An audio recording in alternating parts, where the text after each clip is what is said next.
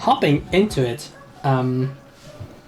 we're doing basically, just for Luna, we're doing a little bit of a quote-unquote flashback for Shitai and Rook to be able to tell a little bit about themselves, ask questions, be asked questions, so on and so forth, just so that they get a bit of a moment as well. Because these kind of moments where you just like chill around the campfire and don't do much else, they're gonna come and go, but like they're not gonna be common during an adventuring period. So yeah, time for people to ask the Shadow Boys questions. True. So I think I remember that Arman asked everybody, do you have a story about courage? As far as I remember. So you, do something Appy, you said Rook woke up to translate something. That was before everyone got around the fire to talk. Yep, basically. That was very so early. I guess once everyone else is walking out or starting to sit down and stuff, Rook comes out a little bit further from the fire and just sits down and was listening. Shitai is already there, right? Like Shitai is chilling about. Yeah. Yippers. And can I just before everybody ask question, or what was it again? Like after? Like when is Rook joining? When is he joining? Probably fairly. As everyone's starting to sit down. Ah, okay. Yeah. Okay. Gotcha. Cool. Interesting. Cool. Mm-hmm. Before everyone is properly settled. Mm-hmm. Everybody, I think there was the scene where Lemmy was balancing a few kegs of ale Yep. on a tail, on her rings, and in her hands, everywhere. Yep. Mm-hmm. And Eileen got drunk.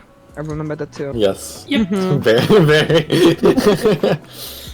If you guys want, we can just say that Aileen is drunk asleep in the tent now, so that Yeah. Wasn't she sleeping in Horace's lap? yeah, basically, almost technically almost sleeping, and then now right. since Elise is not there, we'll just say that she fell asleep and is the snoozer. Horace brought her into her tent.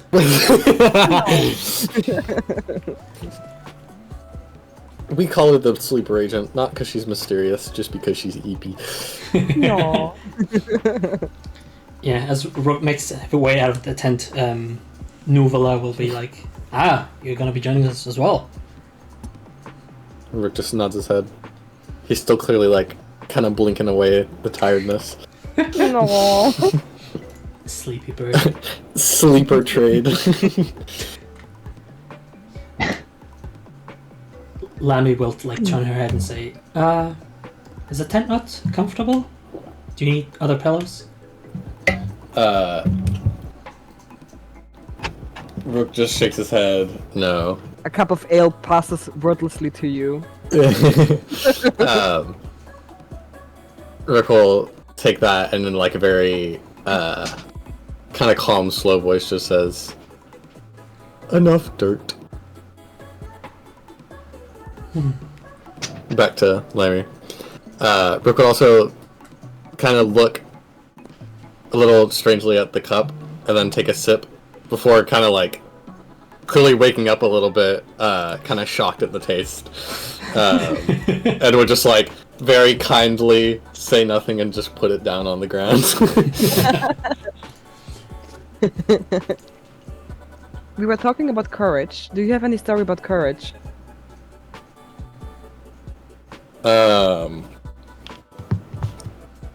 Rook would kind of sit there and think for a second, kind of glancing over at Shitai for a second, almost hesitantly, looking back and responding in this very regal, posh sounding voice that when I left after the war, it was my first time journeying on my own. And then in a more crafty voice, he would say, "But I found my way." Okay. Can I make a history? Yeah, please go ahead. I was I just would gonna like say. to make a history check for the war because since I'm a soldier, do I know something about that? I'm gonna save the roll. It is not something that you would know at all. Okay. Alrighty. Like it is not common knowledge. It's like very much the point that it is not really common knowledge. As the three goblins are just like looking at each other, worried. Nuvola will turn to Rook and say, "A war? What do you mean? Where?" Rook would respond, again, that more regal voice, Necros, between the houses. Lammy like pokes up and like, houses? What do you mean, like? Different factions, the political elites of different land. Are you noble? Rook would look at Arman and just quietly nod. Interesting. Okay. Is that why you're so fancily dressed? Rook kind of looks down at himself, and then, like, picks his top hat up off his head, and just kind of shrugs before putting it back on. He's a real-life gentleman! Oh no! Not only that, I just imagine he's like full of grime, dirt, and like little yeah, like he's red, been like he's been like kind of sleeping on the ground, still like covered in blood. Like red stains of like blood that has like condensated from like the fireballs. Not the fireballs. No, the attack that kept like barreling down on him. Up to his waist is just like from the like flooding when the person came by, just all red. Yeah, that's crazy. Little splashes on his hat. This is why I always take prestidigitation and mending. True. Oh, I should have, so he could fix his clothes up. I didn't think about that. Yeah.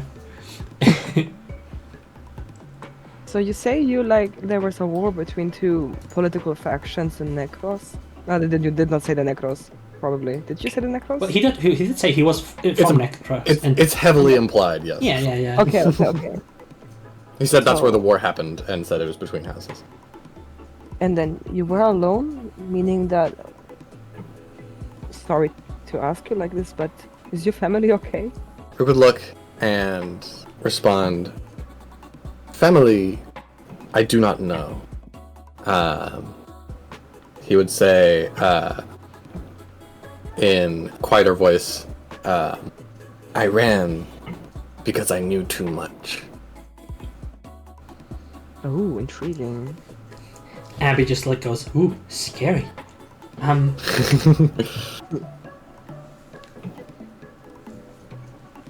What did you know? Rook says, the elites talk. I listen. I remember when they cannot. I worked for nobles, but I am only high in status for what I do for them.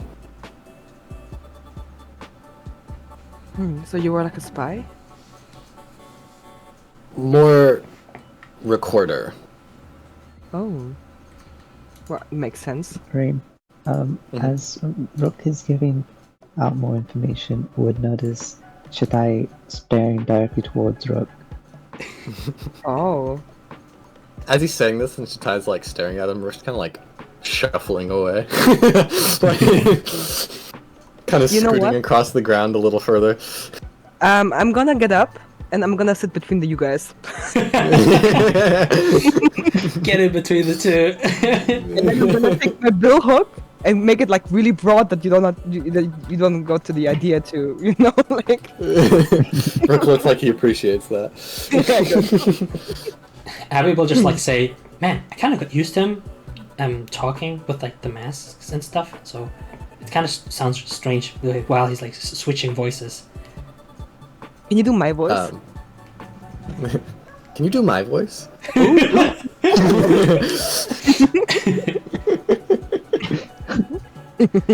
bit of meta knowledge before the session. I'd consider, or before we like started doing sessions, I'd considered setting something up so that I could record and play back what other people said, but it was a bit too much of a technical challenge. But I would have been able to like actually, and there was like some discomfort with it.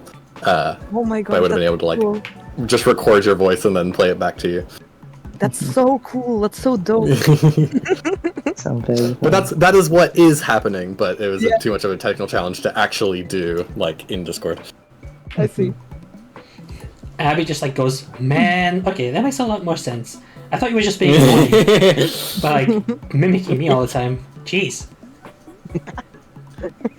Horst chimes in, saying how part of them thinks that maybe they were trying to mess with her.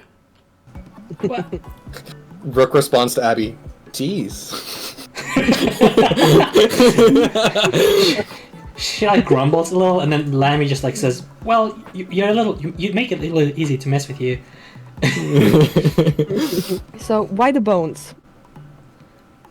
Rook would bring like his hands up, which are very much so. There's a couple different like ways that Kenku are displayed, but for Rook, he has wings, but they're attached to his hands, and the bones for the hands.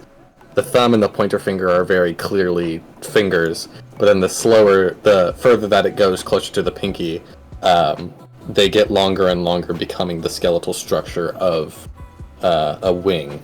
And the wing is very much fleshy and covered with fingers, but his thumb and his pointer finger especially are very much more skeletal, rather than flesh. And he just responds with a almost cowardly sounding voice. I was just born that way. Oh. So you just woke up like you always had like bony magic? Rook nods and says,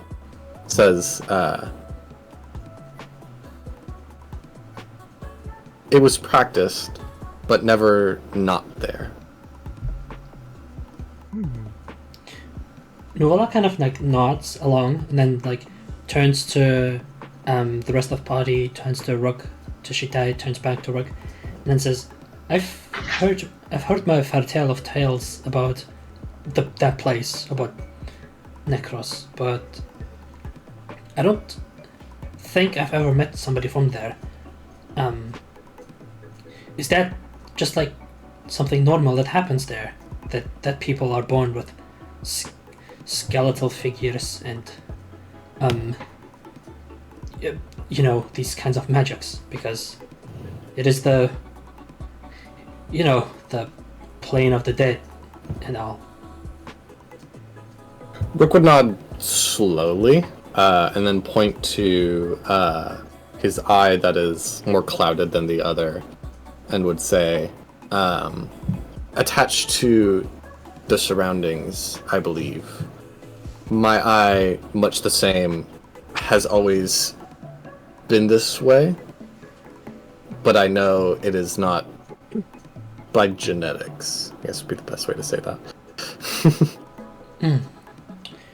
Of course, I don't kind of implying it's always been this way that he knows, but it also doesn't seem like something that's just like part of the family or something like that. Yeah. Right. So you are a noble person from Necros who got noble through spycraft. There was a war between factions, and now you are not now, but you were on your own for a very long time, and you have a cloudy eye. Rook would nod and clarify again that he wasn't a spy, but more of a recorder. Okay.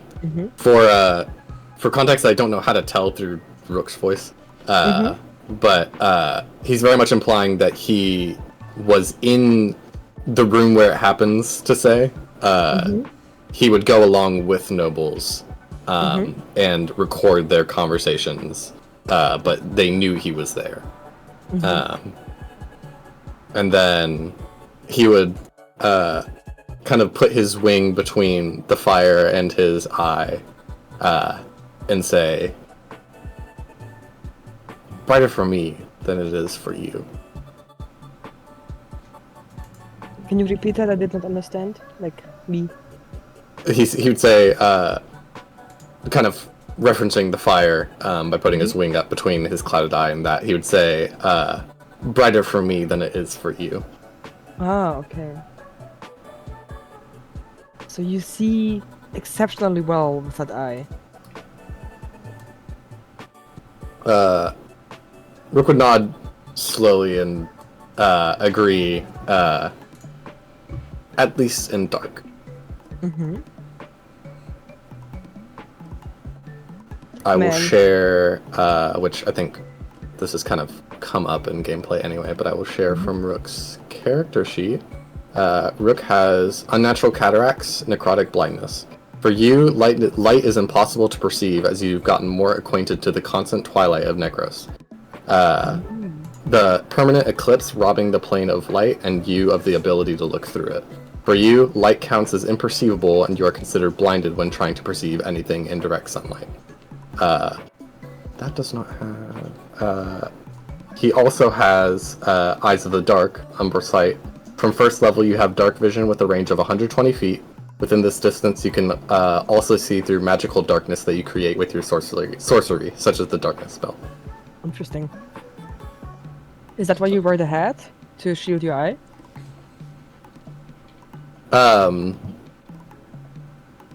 Rook kind of gives you like the kind of motion with his wing, and just front. I also like it.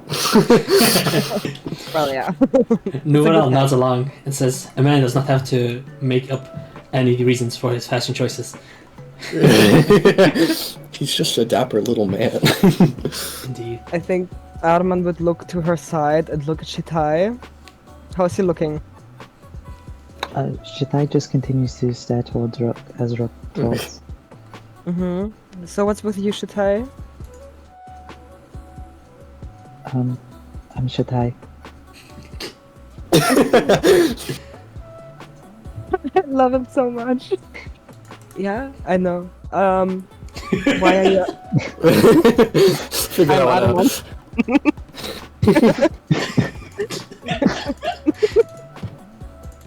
Oh my gosh.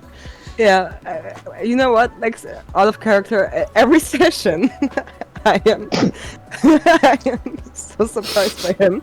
I cannot get used to it. I love it so much. Shitai's a very special boy. Yeah, boy. Are you upset? What are you right now? I'm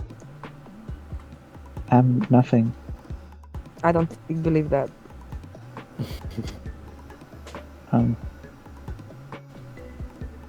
Okay. Alright, your problem, not mine. Do you have a story about courage, Shitai? What is courage? It's feeling brave. It's an act of bravery. What is brave? I knew you were gonna say that. It is when you do something that either other people were not expecting you to do, and you do it out of the goodwill of your heart. I give him like a very specific look, like with the tilted head, kind of trying to read his face. Is completely blank face. Unless to say no, probably an insight three.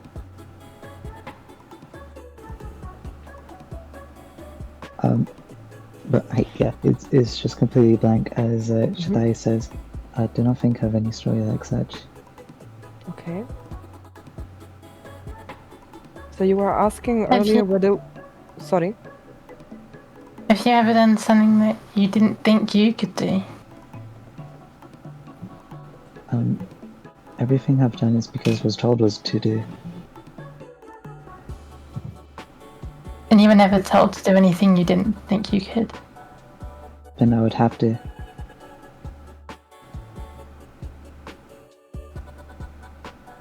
Well, of course you'd have to, but...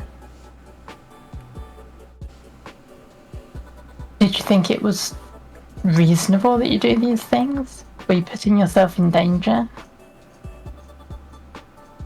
Do not think about any of that. Just do it. What do you think of whenever you are in a situation like earlier, right? In a situation where life or death is in question. What do you think of in that moment? What was told to do? Nobody told you to do every act that you did during the fight. Who told you that? Was told to kill Ram, so did everything could to kill him. If nobody would have told you to kill Ram, would you have still done it? No.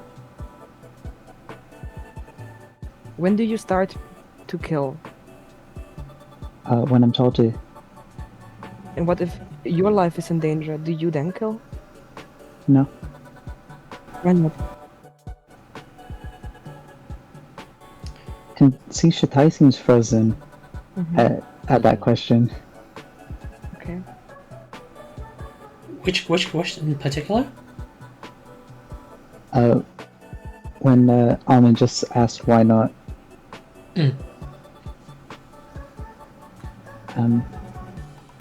Not sure. Do you consider As yourself... oh, sorry. Sorry. I think she would follow up with a question like, do you consider yourself alive? No. But you are alive. And that No. comes from me. No, I'm dead. And yet you're speaking. And you're thinking, and you're acting.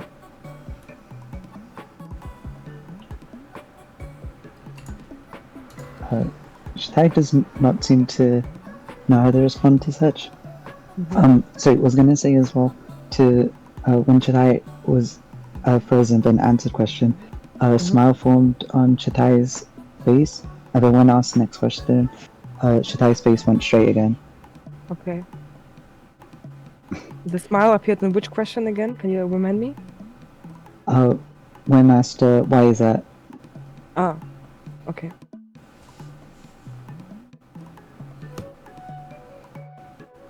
Can I make an insight check on you? Would you allow me? Absolutely. Okay.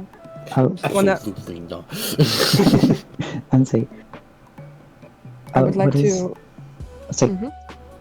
I just want to like get a full-on feeling. Like, what is it that is happening in your brain right now? Like, are you frozen from panic? Is there a feeling that is corresponding? Is it a malfunction? Are you a robot? I have no idea. Things like that. Where's my dice? Here's my dice. Where are my metal dice? I had metal dice. I like them more. Okay. I have something fun I could bring up too, but I'll leave you the room for now.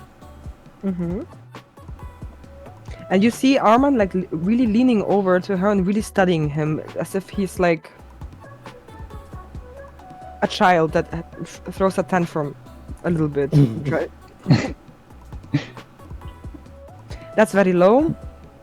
8 plus. Let me see my character sheet. I don't have it open. Why don't I have it open? Arman, where are you? There you are. 8 plus. Insight and proficient. Thank God. Thank God. Where are you? Inside. 11 in total.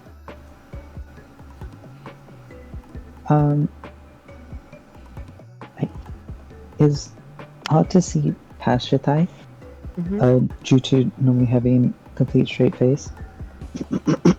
see, most of the time. However, sorry, what was trying to insight again? Sorry. I would like to see like if what is behind your brain right now, like what is going through your brain. When he was frozen, I believe. Yeah, but like, can I see a reason for the freeze, for example? It's very hard to see past Shatai, but can notice that Shatai is not used to being questioned on himself. I have a different question for you, Shatai. Do you like your name?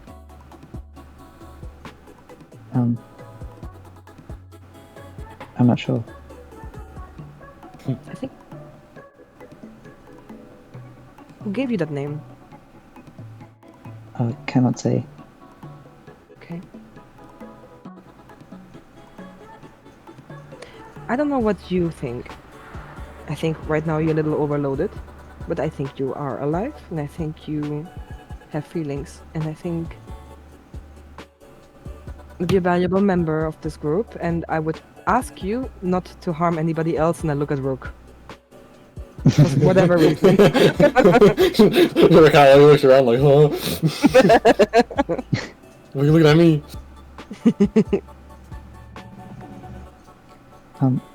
Would only harm if was told to harm. Good. Then I tell you not to harm. Okay. Nuvala will perk up and like say, I have a couple of things to say myself. What is most urgently on my mind is when you pointed your blade at the ram, you said something quite peculiar. Something about believing that your eyes were soulless and that you have a reason now to see him dead. Why is that? Why? What was your reason? And what do you think about your eyes? Showed emotion. I'm not that show emotion.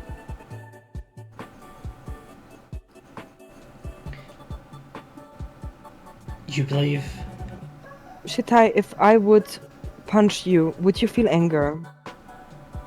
No? Are you sure? I don't think that's true, because I've seen you angry on the battlefield.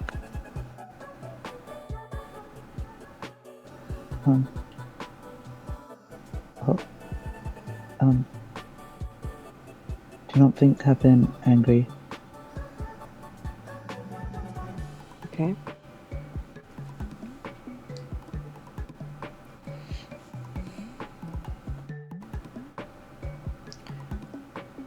I look at Nuvola in the same tangent in the question as him. And then I say to Shitai, you spoke of a void earlier.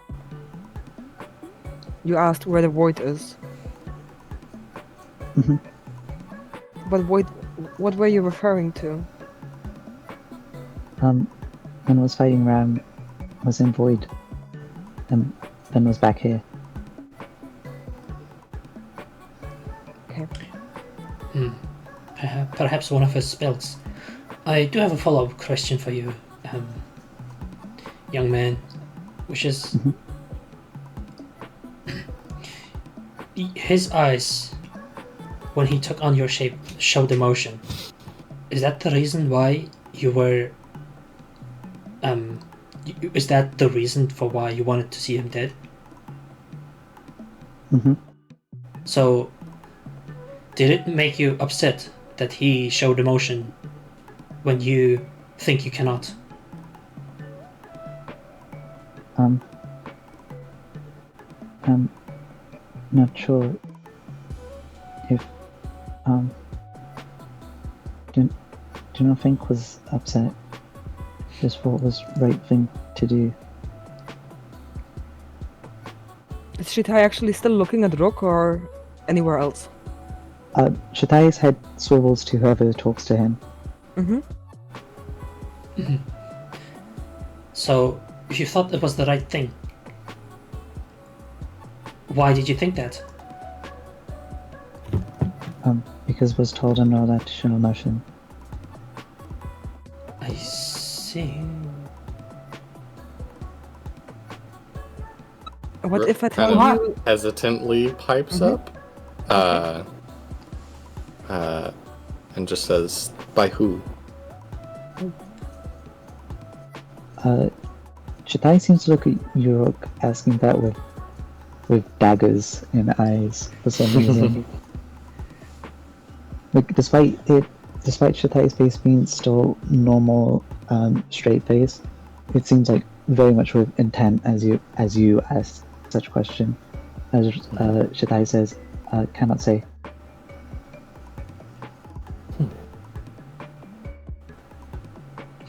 And what if, hypothetically, we would tell you to show emotion? What then?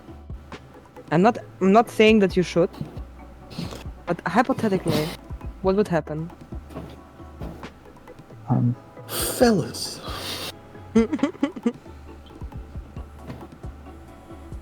Shitai seems, I'm not sure how to describe. It's almost like telling a robot it has to follow a specific order. When telling a robot it has to do an order that goes against its specific order, right? Shitai seems almost like lost in stupor. Okay, alright. As then it says, do not think could follow such order.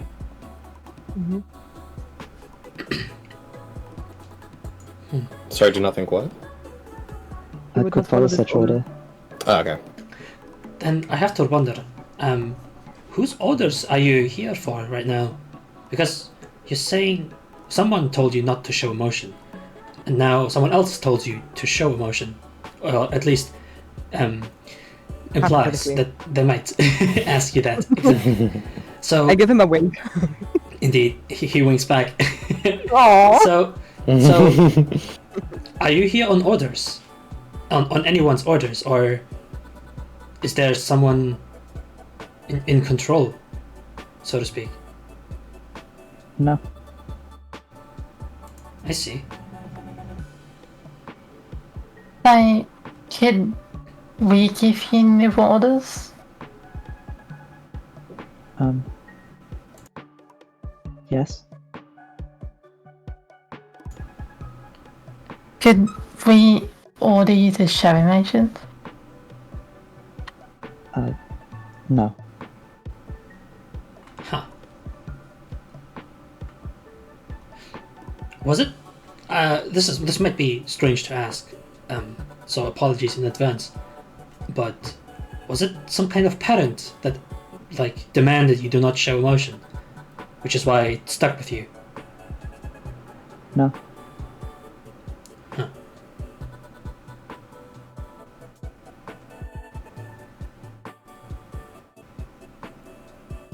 Shitai, Or would he just say that because he's not allowed to tell us? Dun dun dun. a different question. Who's teacher? Teacher is a ghost Why do you call them teacher? because taught self how to use blade. Because of what? Sorry. I did not know. It's like because taught self how to use blade and kill. I still don't understand why you call them teacher though. Because taught self.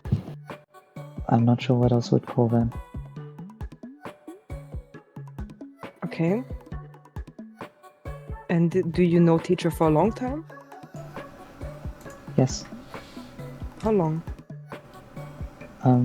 Since could see dead. Would you be able to summon them now? Yes.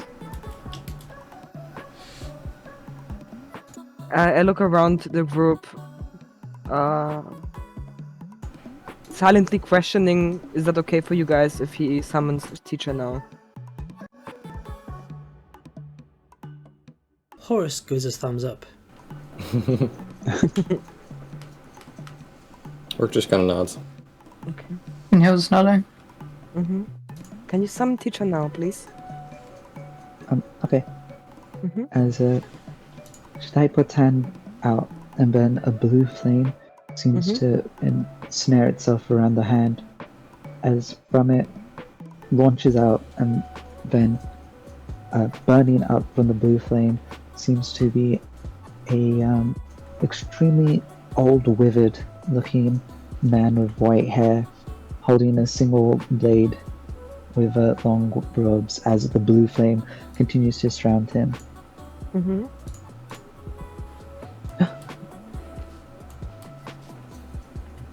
does teacher seem like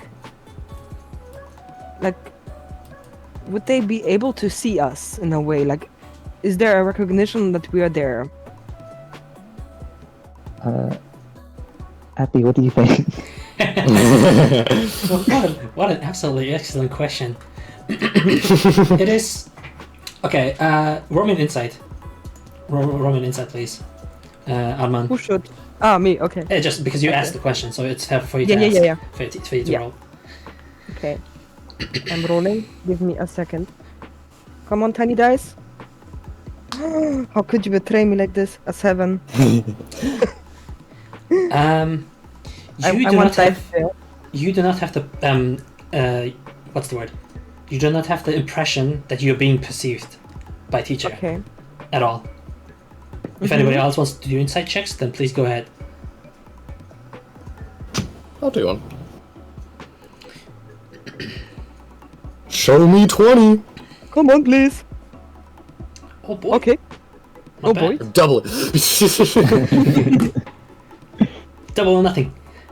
So what's the total? That is 13.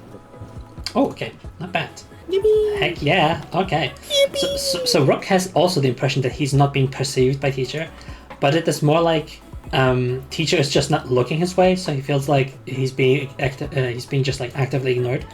On the offhand, Horace, on the other hand, has this eerie feeling that like teacher is like every single time there's like some sort of movement going around like in the party, like maybe Limey's like shuffling around with some mugs, maybe Brunhilde is like adjusting her hair or something. To each movement, teacher has like little micro reactions, but he does not really like actively pursue your attention at all. It's like he's aware of everybody here, but he's not actually like looking to perceive you at all. He's not interested. I would get up and stand in front of teacher. His hollow eyes just like see through you. They don't even like pay attention to the fact that you moved in front of him. Barely a reaction to your movement. Can I see where the eyes follow? Where are the eyes focused on? As of now, if you basically like turn around and just see where he's looking, he's just basically staring directly at Chitai. Okay. Does Shitai look back? Mm-hmm. Okay. I sit back down. Okay. And I ask you, Shitai, can teacher talk? Yeah. Okay. Would he speak to us? I'm not sure. Would it be okay for you to ask a few questions to teacher for us? Okay. All right. I look around and I would ask, like around the group. I would start with, can you ask teacher like what his name is? Teacher, what is your name? It's actually kind of funny. Did you have a name prepared, or do you want me to make one? Would need to look through notes, but off top of head, do not believe do have name prepared. Interesting. Did have name prepared.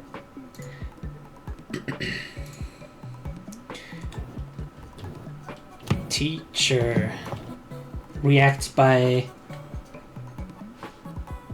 barely by giving a kind of dismissive sigh. It doesn't sound like it doesn't really sound like a voice at all. It just sounds like a guttural like. Oh my He's gosh. he's like slowly like gasping and sighing, but not really. What's the word? He doesn't engage with the question at all. He just kind of reacts audibly. Okay. I would have been very surprised if teacher could have talked. I would have been like, oh. I would say that like Horace, just because of their like decent passive insight as well, it doesn't seem like he's particularly interested in answering the question. All right. Okay. Teacher did not answer. All right. I have a different question. Why is teacher serving you? It's because can see teacher.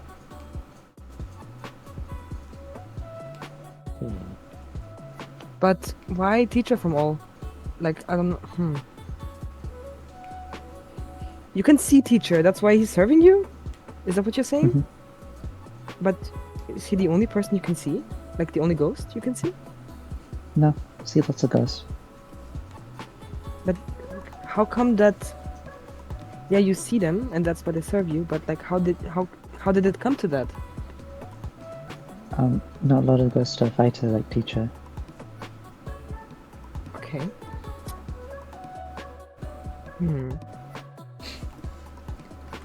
You notice So- how teacher just kind of like blends into the flames of the fireplace, disappears from sight, and just like I imagine if Shitai keeps eye contact, his eyes would move to and fro, but not really without you guys seeing anything, before it like reappears back in the fire.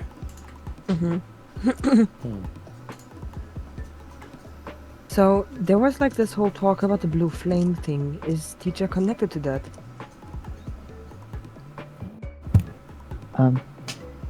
I'm not sure.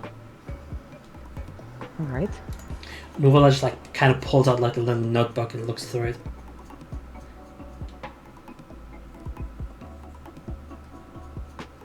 What you looking there? I look at him and nod to him. So sorry. Do not let my curiosity interrupt your conversation. Just that term seemed familiar. I'm just looking if I have anything on it. I mean, I am no cleric. I have no idea what I'm talking about. I just pretend. See, that is why I am looking, because I might be able to answer something. I just did not want to give any expectations before I know for sure. By all means, you exceeded any expectation we had, bro. All good. Oh my god, Arman is somebody who says bro. Yes, that's so well. That's awesome. Oh my god, I'm gonna use this more. Okay, this feels amazing. Thank you, sister. He eventually pulls up like a page and just like nods to himself, says, "Yes, it is a complicated subject. I'm not an expert, but I can at least say that it is a very strange state of being. Something between life and death, and it seems familiar. It seems similar to what Shitai might be, at least from first glance. I don't know, because I'm not an expert on the undead, unfortunately, nor am I an expert on the dead. Shitai? Who were you before you died, and who was teacher before he died? Was ever alive. And teacher does not want to say name. Alright, I have the Teacher feeling is this is going. shy. Aww. Aww. Alright, I don't know, I'm like out of questions, I think. So I'm not helping you out. I think Rook would be too sheepish to ask many questions. You're doing great though. Yeah. Okay, yeah. I'm trying to I'm trying to pry anything out of you, seriously, like really hard. The clutch is very strong. Okay.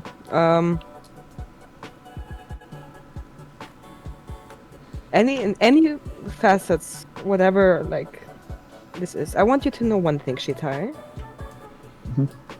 We are your friends. That's all you need to know right now. Rook nods very enthusiastically. Yes, you too, Rook. I look at you.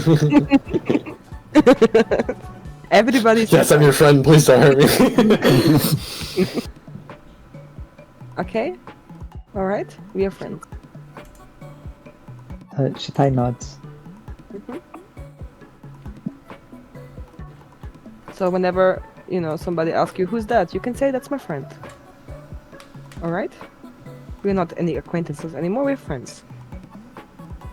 Will And I'm do. gonna treat you as a friend. And I do think that you're alive, and I know that you don't think so, but I think you are. But we're gonna continue this question probably another time. Can you now please dismiss teacher because he's creepy? Sorry, but Get him out of here! yeah, like a little, it's a little chilly. Shatai looks at teacher and says goodbye as teacher fades away. Does teacher wave goodbye before he fades away? No. This is so sad. I have the feeling like he's there against his will, honestly. Like, I said that as a player, not as... My headcanon is just, teacher is just a little guy, and he's, he's not scary at all. Everyone's just a little guy. Well, not compared to Rook, right? No one can be littler than Rook. Even the village of goblins. So, is everybody ready We to love our short king. head into the bed sheets and Yeah. commit to the night, to the sleep? Yeah. Oh, there's The actually sleeper. one last question I did have. If you want to go through it, Oh, sure. my little notes here that I had, just because I that's literally the only thing I have prepared, like little RP bits that would be interesting. Sound good? By all means. Yep. Mm-hmm. No. No. Sorry, you said that did cover the RP bits you had in mind? Almost. That's just like one little Okay. extra note I had, which is, well, actually no, this would be a question for Abby. She like turns over to Shitai a little, tilts her head back to like the battlefield, looks to Shitai and then says, you didn't look too surprised when like that woman appeared. Are you acquainted? Oh no. No. Inside check.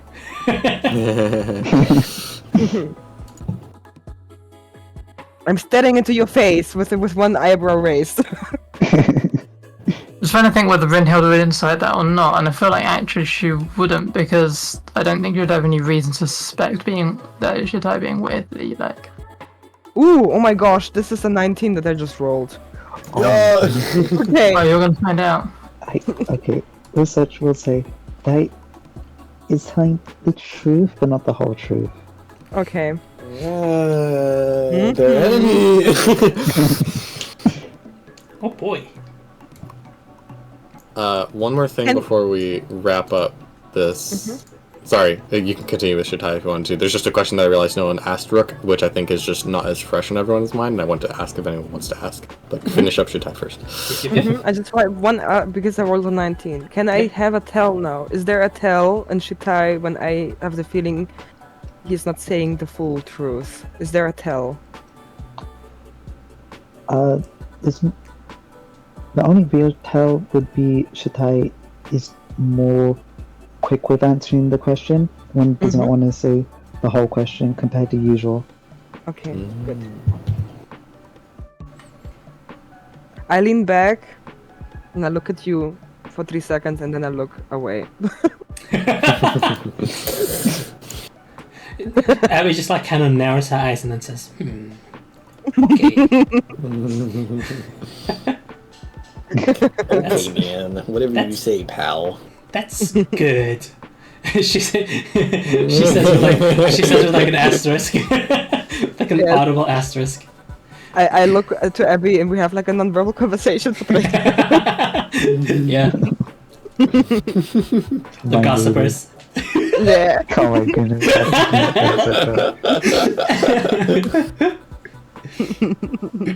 Yeah, you were saying, Rain? I was just curious, again, if no one wants to ask this, they don't have to, but I just realized this might not be fresh on everyone's mind. No one asked Rook what he saw 2 sessions ago when the lady showed up. True. I think Abby would be really Everyone's interested. preparing for life. Abby would be really interested, just like, yeah, if nobody else, it would be her asking, probably. I think I would Let me probably ask find what you because- sent. Let me find what Appy sent me real quick. Oh, yeah. You know what I but- forgot as well? Well, it's not forgot, but like, I could have told you a little bit about the motorcycle as well, but I think it's That's fine. fair that like, yeah, you already got like a bunch. As Rook is asked that question, he will cast Minor Illusion. So rather than actually explaining this to you, he just kind of shows you. So what you're seeing is a... it looks like almost a third-person view of where we were. So you see the whole party kind of standing very small in the middle of this clearing, and you see the red bloody mist start to roll in, and like that blood on the floor begin to populate, and as it does, you see two large figures begin to emerge from the darkness. So the first figure you see is it looks familiar as you saw the glowing eyes shining in the darkness before, and you see those same eyes begin to shine as more clearly you see the rest of the figure as this giant whale beginning to breach from the blood. And as it appears, Rook looks at it and says, alone, like I was. And it calls out a call, but it's a different sound than you'd expect from a whale. It's even more high-pitched than you'd expect, and almost distorted and ear-piercing. And then it begins to dive back under, as from above, you see a second figure beginning to swirl its way down. And it's this very large serpent with a kind of split face. Rook looks at it as it begins to like descend and wrap around the entire clearing, and he explains that it is drowning like us. Oh boy. Oh boy. Oh boy. Dude. Yeah. That's why Rook was a little spaced out. Oh my goodness, the pallid whale. Oh yeah. This is fucking creepy, sorry, but... You said you like Eldritch Horror. I just imagine. Oh my god! I just imagine Arman having like a shiver run down her spine. Yeah, That was no, like 2 meters away from us. Yeah, she says that in character. This is how she says it in character. Heck yeah. like the little hands it has. Grabbing. Aww. Grabbing the little spaceman. Oh gosh. Yeah, so that the second reference to basically the serpent that was like biting down on the dome. Yeah. Oh my god. Oh sorry, oh my demiurge. Yeah, fucking.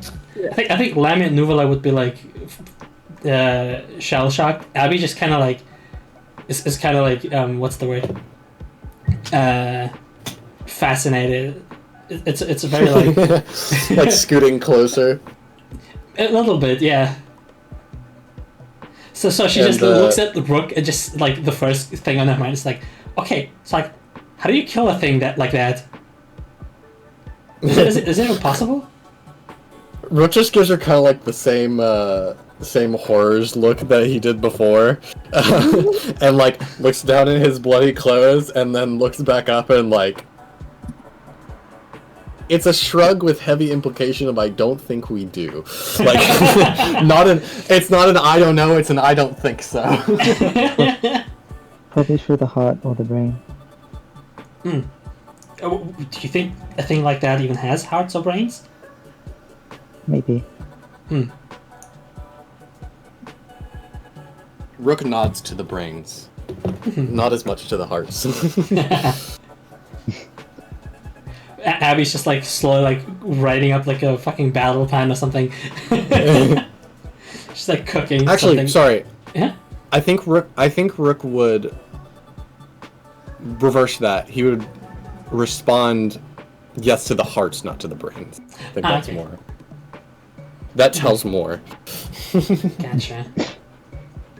Gotcha. If it's really big, then must have very big heart. Hopefully hard to miss. Just like, how do you get through the hide, right? That's like probably the first question. Probably like magic hours or something.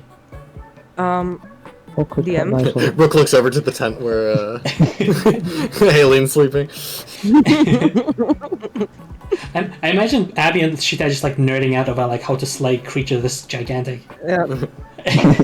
I would like to do one last divine sense, if possible. I just want to see if the traces of the devil energy is away from the forest and the area.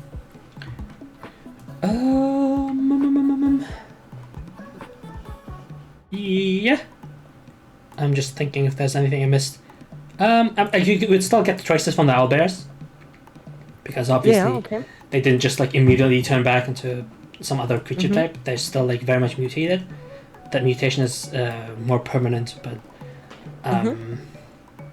Kill him! what? Get him! You would get the slightest, like faintest little feelings from Lammy and Abby.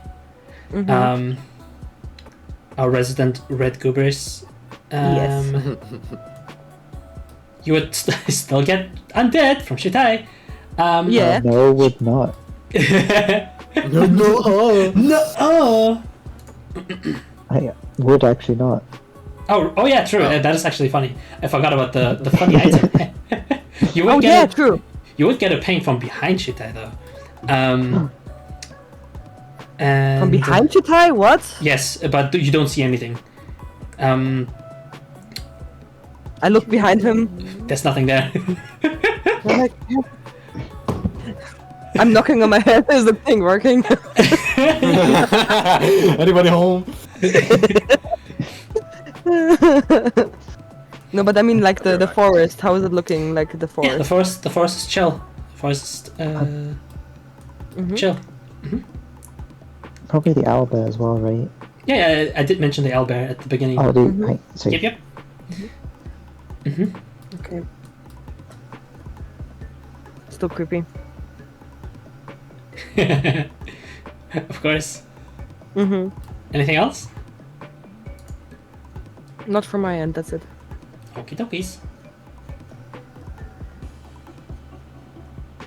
maybe could cut vital vein in mouth.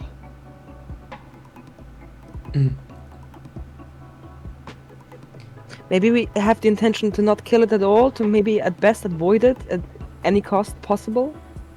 Yeah, How but, about like, would be cool, wouldn't it? It would be fucking cool, and we would probably fucking die. I mean, yeah, but like, I'm not planning to die, so it'd be best to be prepared, right? That's true. Not to die, but like, you know, how do you fight a thing that big? I have no idea. See, that's what's cool about it.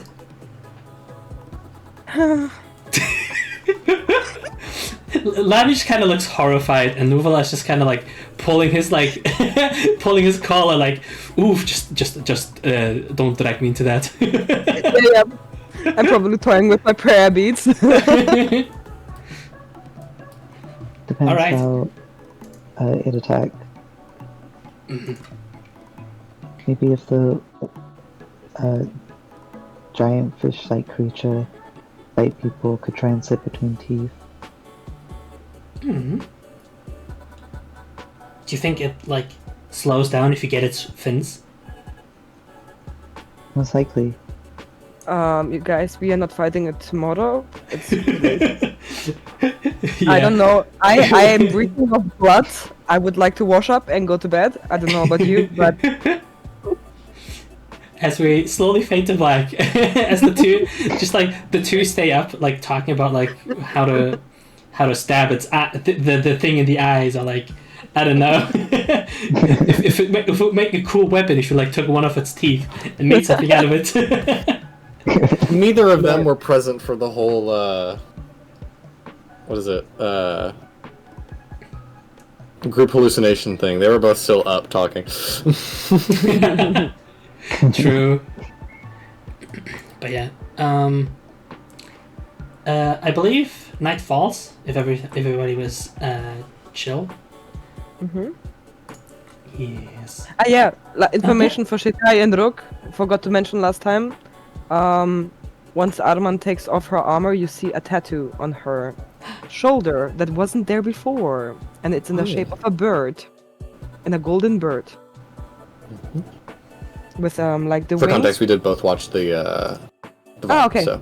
Never mind, sorry. I didn't say anything. No, you're good. I'm totally fine with it. I had forgotten about that, so I'm fine with you saying it. I just wanted to point that out that we aren't totally clueless. Okay, cool. Mm-hmm. Sorry, I didn't mean for that to come off as rude. It's all good. Oh, good. I just wanted to mention it that happens. Yeah. Mildly important. Mm-hmm. Mildly, maybe a bit. Mildly, maybe.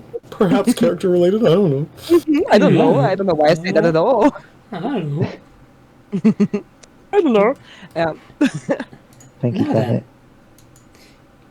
You already Let's know go what's to next. dreaming. Indeed.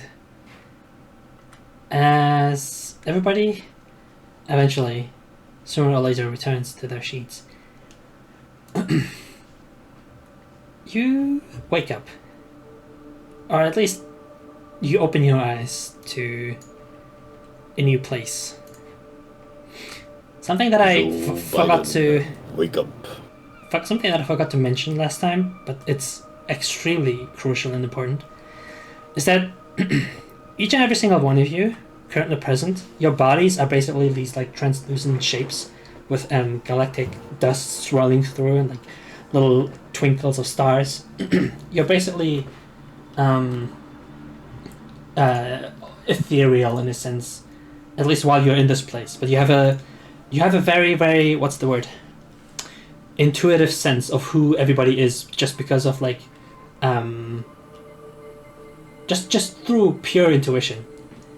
However, what is most strange to all of you is that you get a familiar feeling from one particular direction.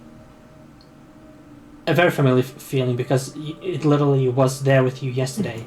You turn around to meet whatever is in that direction, and the only thing you see at the place where quote unquote Shitai would be is a singular flame.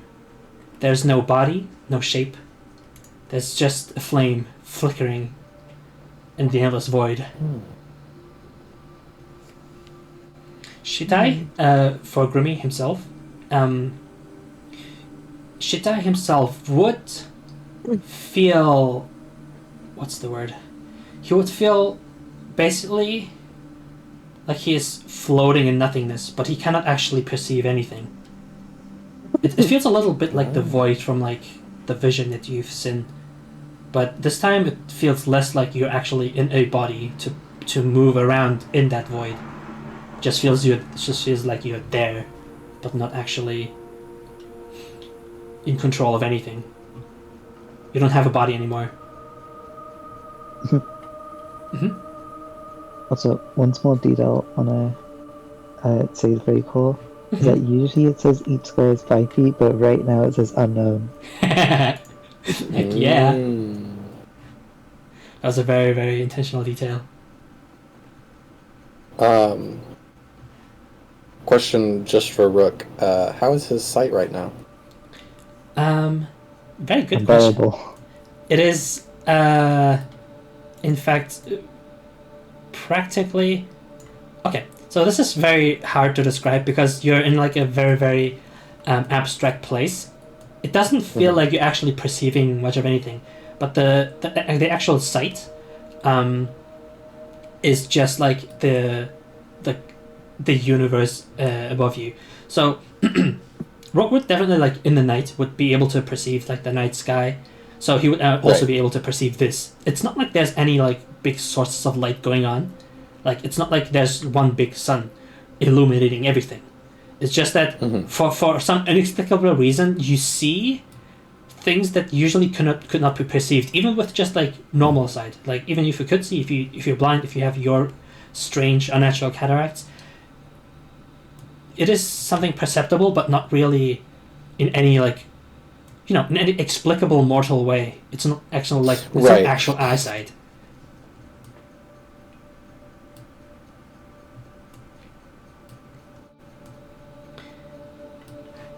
If you would like, I can repeat the quotes that the river has given you. Okay. Excellent. Let me. Because I don't remember all of what was gone over. Yippers. There we go. Yeah. Its very first quote is basically, "One beacon has been lit, the aspect of connection. A cacophony of sounds woven to conduct the melody. All become one and one becomes all. The shackles of fate loosen. Destiny is written and rewritten by its authors present."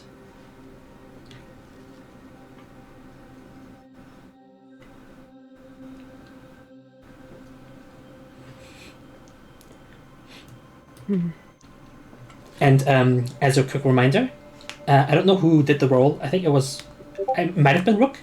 But yeah, do you see a similarity between Horus's draconic horns and the ones of the astral entity? I was super tired last session and during that bit, so I need to probably remember what I asked. It was at the very end, and you were basically, you asked a bunch of things and got a bunch of answers. Most of your questions were directed towards the sleeping girl, the crying girl, so to speak. And eventually you started feeling a little sleepy and tired. It feels like you might drift away soon, but I'm gonna just like retcon that just for the sake of like Rook and quote unquote Shitai being here as well, just so that you have a little more time to interact with those two before you go bedtime. Just don't overdo it. Just don't expect me to give you like 3 paragraphs before Arman sleeps. Don't worry. Because obviously, like I said last time, Horus and Brunhilde are the two who are the most in touch with this place. So they basically have like really low DC to stay awake, quote unquote. But for you, it's more difficult. Yeah. And a question, like, we are all entities, like ghosts, like souls, basically, astral entities, right? Yeah, kind of. I can show you basically like the closest approximation that I have as a reference for that.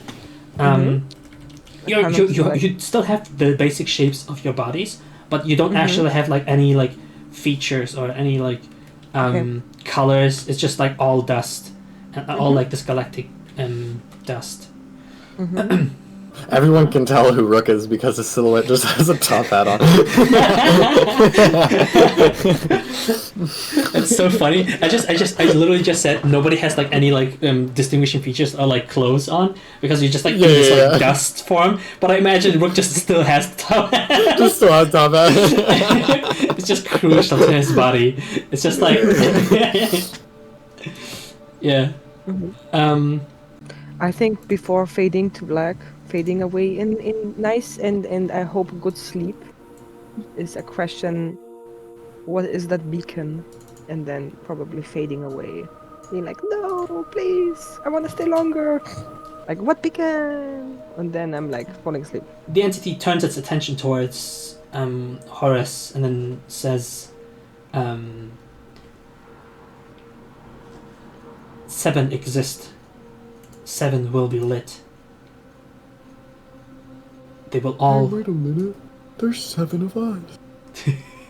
They will all drift towards you, around your path.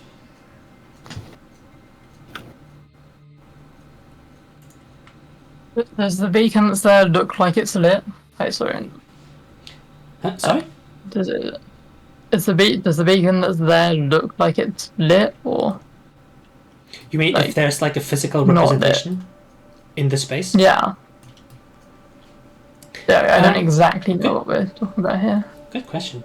Roll me a perception check to find this beacon that they might be speaking of. Nice. Yay. You. And there'll be plus minus something, but Yeah, you do have good wisdom. I know that much. So, or decent wisdom. So, that should be more than sufficient. yeah, plus 3. Yeah, Burris. Oh, plus 3, yeah, it's plus 5, whatever. Yes. It is. Okay, yeah. Let me explain it like this.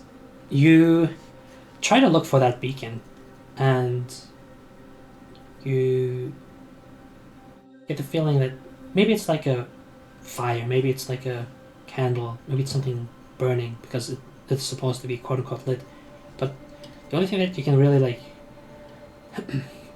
that really catches your eye is basically the moment your gaze passes through Horus, because their body is also like this translucent shape. You see a singular, particularly bright star flash into your eye.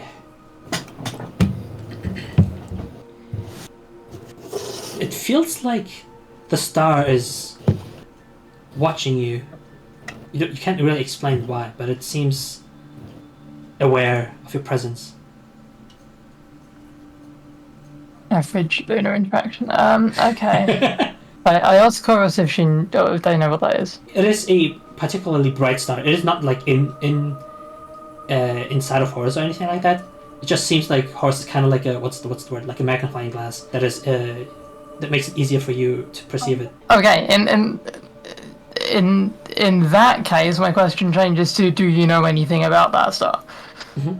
Horus in this particular space is aware of a great many things, but also unawares. They would basically have the understanding that these beacons, they're supposedly like checkpoints along the journey.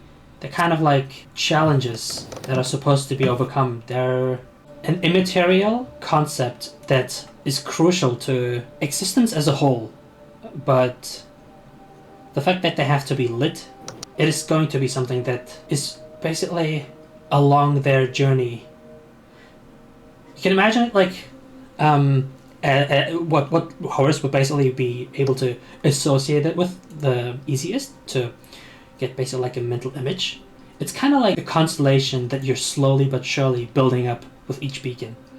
And right now it seems to be the first star of that constellation is being lit.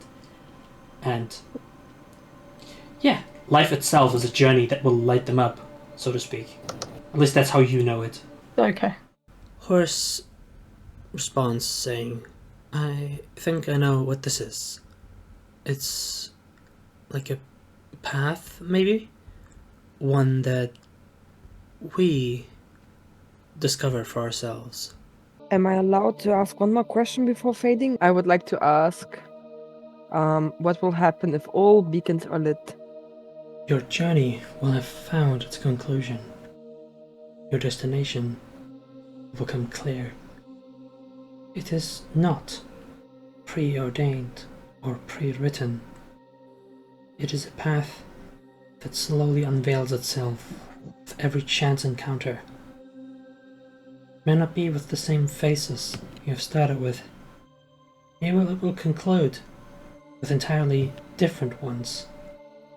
The constellation you formed will be clear to you.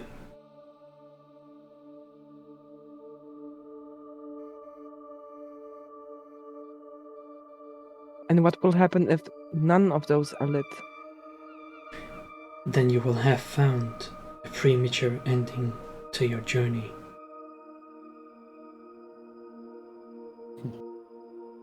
Rook would ask by first repeating the line that the astral entity said that says, the aspect of connection. And then he'll switch to different voice and say, us connected or connected with you? The former, as time is not connected. You simply drift through it.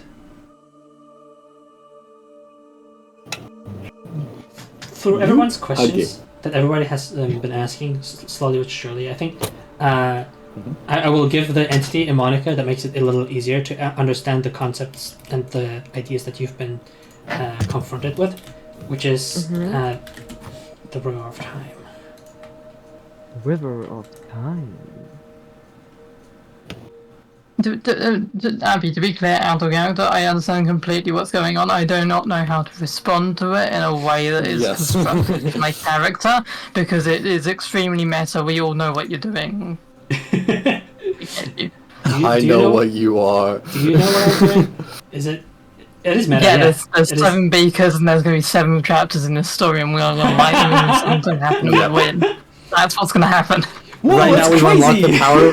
Right now we unlock the power of friendship, and next we're gonna unlock the power of freaking killing each other. I don't know. I was literally about to say, surely doesn't have anything to do with the 7 deadly sins narrative that we've already found. So strange that there's 7 of these beacons and there's 7 of so them. insane. Why would you think that? That's That's insane. so crazy. Why would you? Oh, there's so many Man. 7s. No connection. This is 100% intended to be extreme meta. So meta, in fact, that I made inspiration, a mechanic in game that works like with the universe. So it is very intentionally that way. I'm just like very like fond of the idea of just throwing like your player characters into this situation and seeing how they react and what they do. Because I like the idea that like all of you, or like at least a lot of you, immediately assumed that we're like locked up in some sort of fate, or like we're like tied together, and like nothing can be removed, or like we like tied to this route. I don't know. It's funny how like that was like one of your first thoughts, because it's like a very very like meta thing to ask, right? Like, are we like tied together now? No, you're not. Obviously, you're not, because you as players have the option to just say, I'm leaving the party. I freaking hate you! And that's the end of that. I hate all you. No. See, it's just really fun to me as a DM. Can you remind me if I last session tried to touch the sleepy person? If you try to make contact, I don't think so. I don't think you have tried. I would like to try that, if I can. The moment you make physical contact with the sleeping girl, it's almost like the contact itself is slowly like pushing her away, as if like you have like this little pebble, and you touch it and it starts floating off into the opposite direction. Okay. I did that. But it's not in any speed that's like, she's like rushing away or something. No, you basically just like make contact, and that's what like the reaction to your action. But like the moment you do, you also hear the ringing of the like the bell that you have heard each time you've asked the question. It's basically it feels like a response acknowledging your existence. Oh, okay. It's just basically the girl saying, "I'm still here," or something like that. Okay, hi. All Oh right. yeah, I forgot about the girl just in the corner. Freaking. Yeah. She's sleeping about Yeah. super cutely.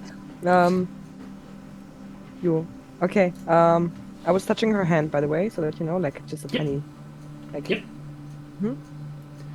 She doesn't seem to be like reacting physically. It's like she does not move in a word, sort of like, she's trying to reach for your hand or anything like that. She doesn't really move in any response. Yep. And can you remind me, did I ask what her name was? I did, probably. I think I did. You did not. I don't think you have ever asked her name. No? You asked the entity who it is, and then they basically said a part of themselves, but also their own self. Oh, okay, yeah. Yeah. I remember. Indeed. But you didn't ask the girl any like direct questions about like their name. Oh, that's all also in the head, right? Like the. It's basically all telepathy, kind of, but like rippling through like the sea, kind of like echo.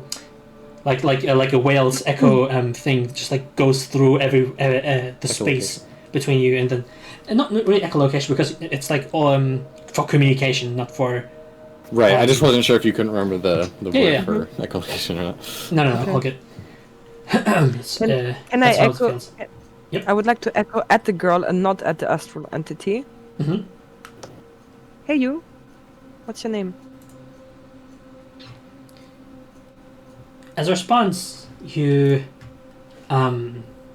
get another ding, like a bell ringing. It seems to be the only way she's able to communicate with you all. As flooding your mind are visions of a place you have been before. In particular, specifically the statue at the very end of the Pixie Disco. Oh. Oh. Wait, that's Ashera? Is that Ashera? Asking that party or me? I'm not gonna answer the question. Okay. I'm gonna ask. Is this your chronicle? Is this your Chronicles of Ashera? Wait, say that again. Title drop! Holy shit! Oh my god. Okay. I'm gonna ask her. Ashera? Are you Ashera? Roll me a con save. A con? Like, wait. And A this- lot of inspiration for Oh this. my god, I swear to you, this is a 19 plus 3. Let's swear go! Okay. The DC was 15 this Life of time. existence. Oh, Just blinks out of it. Just gets smitten. Just dies on the spot. oh no. You get another ding, and it is of approval of your message, of your question. Oh my gosh. Oh my gosh, this is a goddess sleeping about. Dude, I think that. You probably hear that too. I love just like the point, the point at the screen.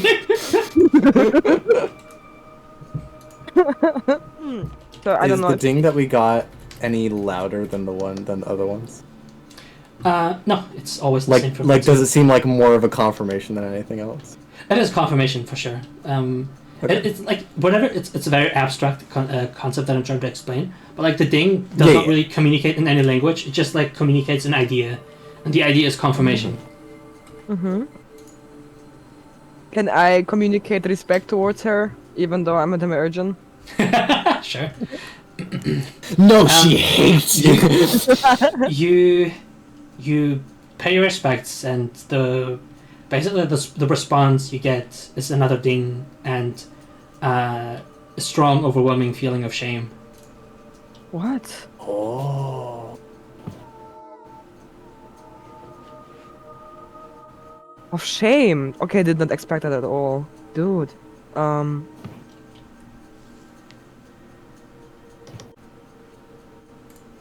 I tried to be empathetic. Like, I'm sorry for your shame, kind of like, I'm sorry that you feel shame. You know how you previously asked something about along the lines of like, what was it like? Are we tied to fate or something? Or like, I'm not entirely sure what the question was, but you felt like your perspective was shifting towards her, like you were slowly being like kind of like drawn into her direction. It does. You feel a similar tug away, a similar tug again, like she's basically ushering you in. Okay. I let her. Blasphemous! Yeah, pretty much, right now. True. But I don't give a shit anymore. You get smitten and die instantly. Demiurge kills you on the spot. I hope not. Nah. Ash baby. Ash Yeah, baby. that's pretty Yeah. It is a very like I will say it is a very like it's more like a she's not really asking you to approach her physically. More like Oh my she's asking you to find her, so to speak. Okay, alright, good. Yeah. Are you okay? Are you well? In response to your question, you get another ding from the bell. As your your vision, your viewpoint, shifts as if it's kind of like zooming in. First, it zooms into her face as like you see constant like tears trickling down her face, and then you zoom past that further, and you see basically similarly to how you were peering through Horus as like a magnifying glass. You peer through her tears like a refraction of Echelon, the world itself, as you see the surface of the planet completely ravaged and destroyed. It does not look in any shape or form livable to any living being anymore. It is home to creatures you have never seen, creatures you do not want to understand, and beings that are incomprehensible, and I'm not going to describe them unlike a certain somebody.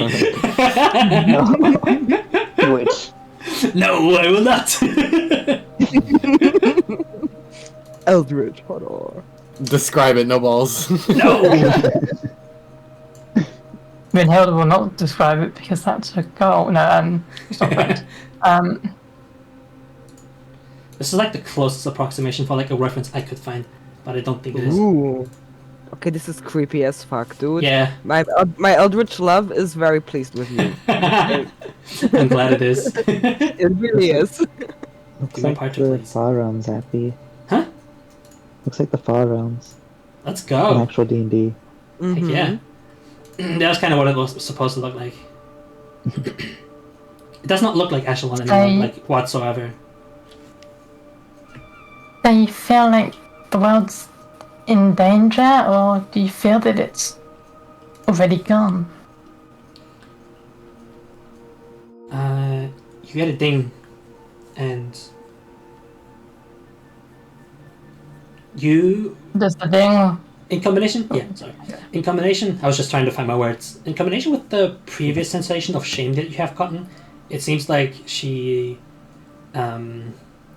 has somewhat. I was almost about to say made peace with the fact, but that's not really true. More so, she has accepted that this is reality, basically. Okay. That this is her present.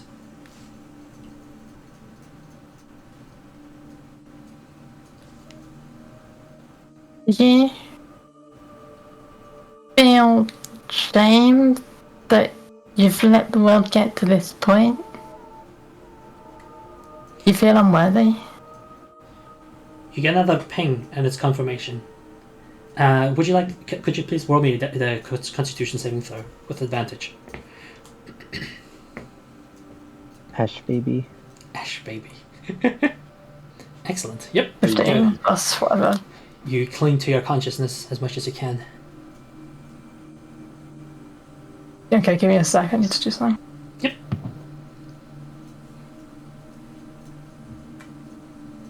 I have one question that is risky. Mm-hmm.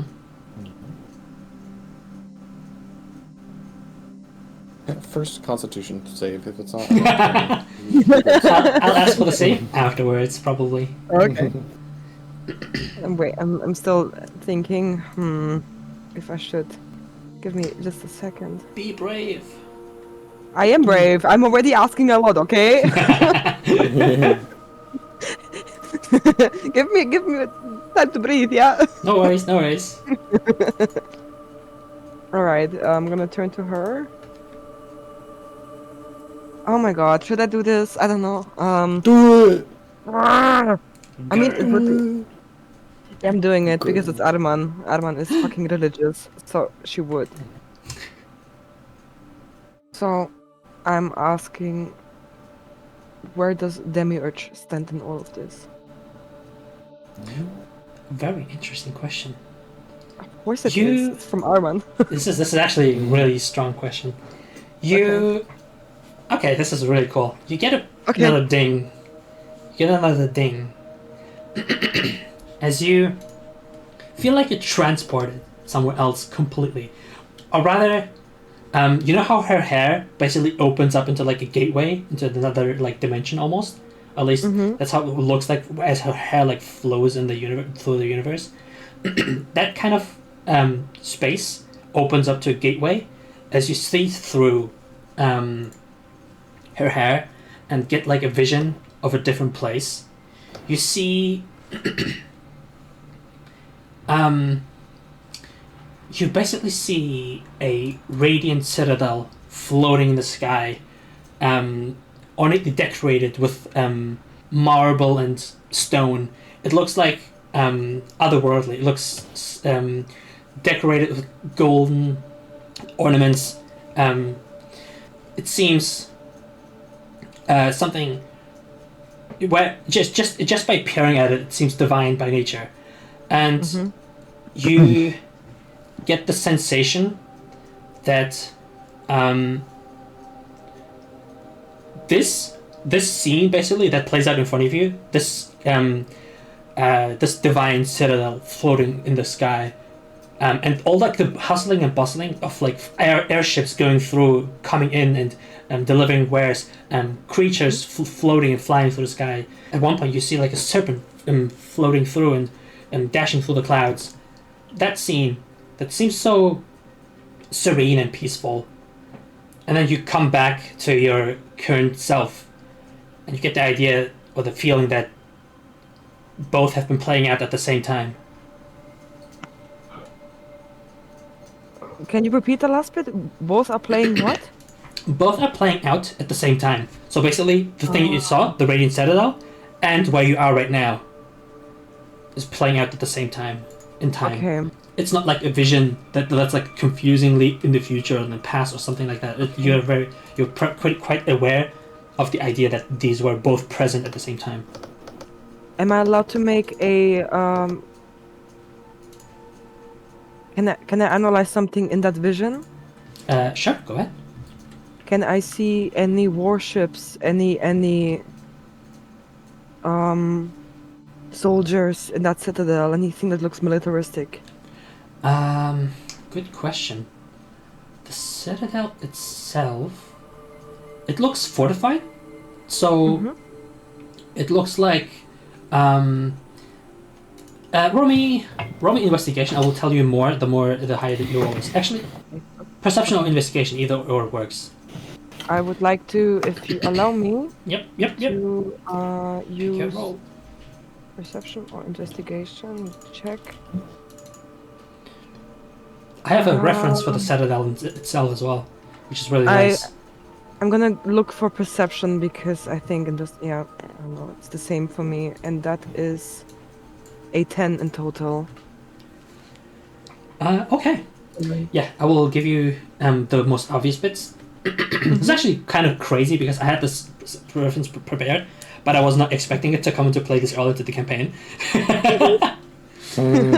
Which is why it's awesome. You definitely 100% see warships, and you see basically stationed at the different buildings around the like edge of the around the edge of the citadel. You see like these giant ballista and like trebuchets basically stationed around basically defensive positions, and there are warships, yes. And with my background knowledge, am I aware that this is demi-urgent total in nature? Sorry, demi-urgent total what? Like the citadel, is that in the style of demi-urge completely? Oh yeah, for sure. Okay, for So sure. basically, the giant wings going out, you see how the shape goes down into like these spikes. You see at the front is basically like the shape of a giant blade going downwards, which is 100% obviously the holy symbol of your god. Mm-hmm.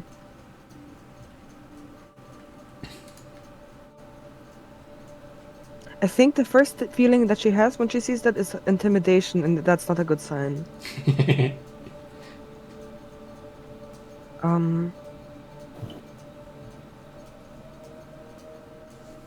And everybody else is seeing this too, right?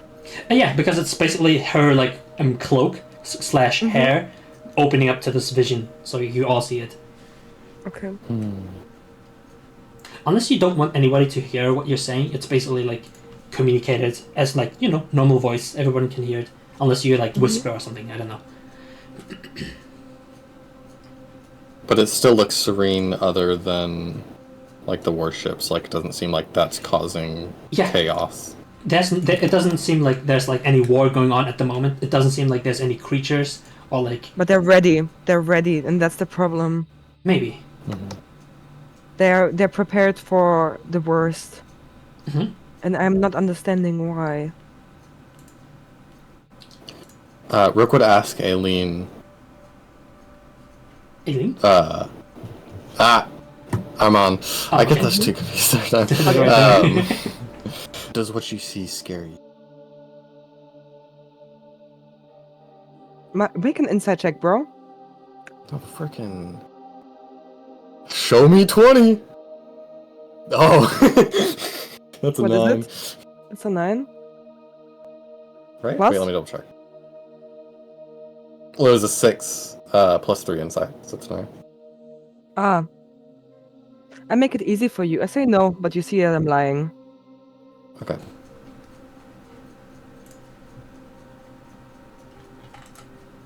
You definitely would feel we're connected mentally, that I'm incredibly intimidated by this. Mm-hmm. But not in a way that I am like afraid personally, rather that feels like I had like a different image of my god that is not aligned to the reality, and that is scaring me. The face is shaking. But of course, like, she would not. She's a warrior. As if she would say, "Yes, I'm scared." No, of course not. She's not scared. You're scared. Pussy. Yeah, pretty much.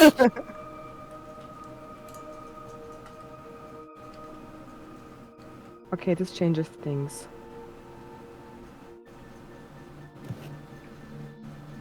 You asked the risky questions and got a risky answer. Yes. I'm happy I did, honestly. I don't think I would have.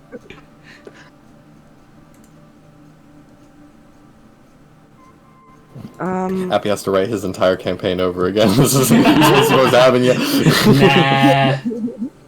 Back to the drawing board. Writing my campaign is what I do this for, so that everybody gets to ask weird-ass questions, and I get to prepare if you're interested in pursuing those questions. Okay. But have you prepared for this one? What's your favourite flavour of ice cream? Honestly, it's a good mind game. River of Time, what's your favorite flavor? Come on, tell me now. Mint chocolate. The River of Time has all of the knowledge of every flavor of ice cream that ever has my and God. ever will be created. Exactly. Oh So- my I will god. be able to tell us which one's the best. Their answer, this is funny, their answer would No, basically okay. be all of them at once and none of them at once. That's so Schrodinger's ice cream. That's a cop-out! No, it's not. This is literally the river of time. It's like, hey, I like chocolate right now, but I might like vanilla tomorrow because I'm bored of chocolate. That's basically the vibe you're getting. The cop-out. Basically, low commitment. You know, Would low never be commitment. Avoidant. You're speaking to an embodiment of time. It likes. It likes Dad, I'm not dislikes. scared of her. Would never get sick of vanilla. Never. Awesome. Yeah, Shatai would like Serious. Serious question. Mhm.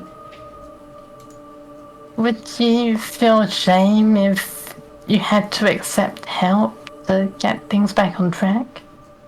Oh, This is an interesting one. that's lovely. Just as before you get a ding, the bell rings and it sounds pleasant, almost like relief, and you feel a certain hesitation, but then denial, as in there would be no shame in accepting help. Right, would you mean denial? You said, Okay. would you feel shame in accepting help? and she's denying it, so Yes. she would not feel shame. Oh. Yeah. Oh, good. Yep. She wouldn't- Yeah, okay. yeah.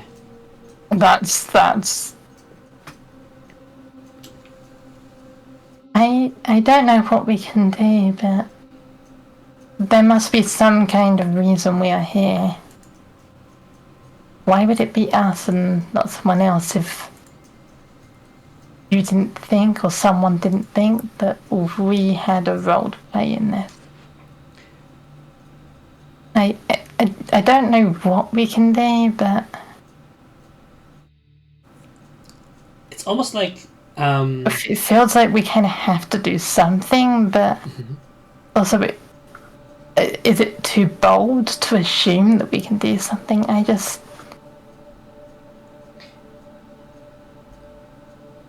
the river answers this question instead of the girl, in which it responds saying,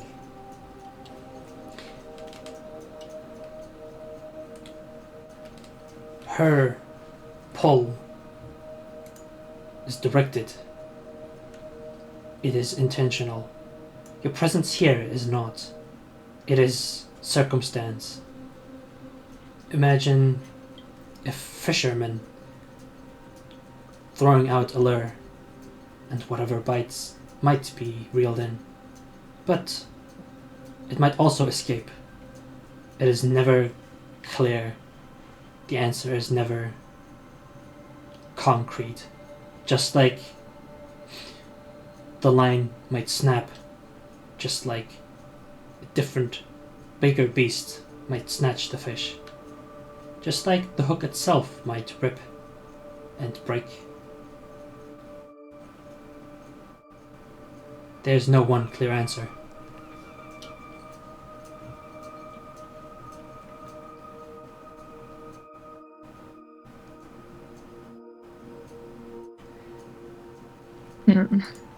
Each time that something was mentioned along the lines of like something might break, something might change, something might go wrong, you feel a sense of unease coming from the crying girl. As you feel a similar sensation of like basically being pulled towards her. It's not physical in any sense, it's more like she's hoping that you find her. Okay, but I think Brynhilde very strongly gets the feeling that she needs us, but doesn't have confidence that she could, or that we, in our current state, are the ones to do anything about it. Mm-hmm. I can't promise you anything, but we are just mortals. I feel like we'll do what we can. Strangely enough, after saying we are just mortals, you get a ding as a response. Rippling through the space you are in, it feels like as I described when you basically entered here, it kind of feels a little bit like a liquid, so you feel this like vibrating, rippling sensation going through this whole space. As you see, like from the corner of your view, so basically the immediate space is obviously you 7 people, but then you see floating around in like a corner a little further away Elder Gab, and then you see another different corner Abby, and then you see Lammy in a different corner. All sorts of different people that have touched your lives and through different parts of your life, and each and every single one has affected you in some kind of way. Some are further away, like perhaps your parents are much further away in the corner of the universe, but each and every single one ripples into view for just a split second, and then you get the sensation of like the sense of unity with all people who have affected you in your life. Do any of the people showing up appear to be conscious of that, or do they just appear to be like representations of those people? Basically representations. They appear to be sleeping. This is a pretty important bit. Unlike you all, who are basically awake and aware, they appear to be all asleep.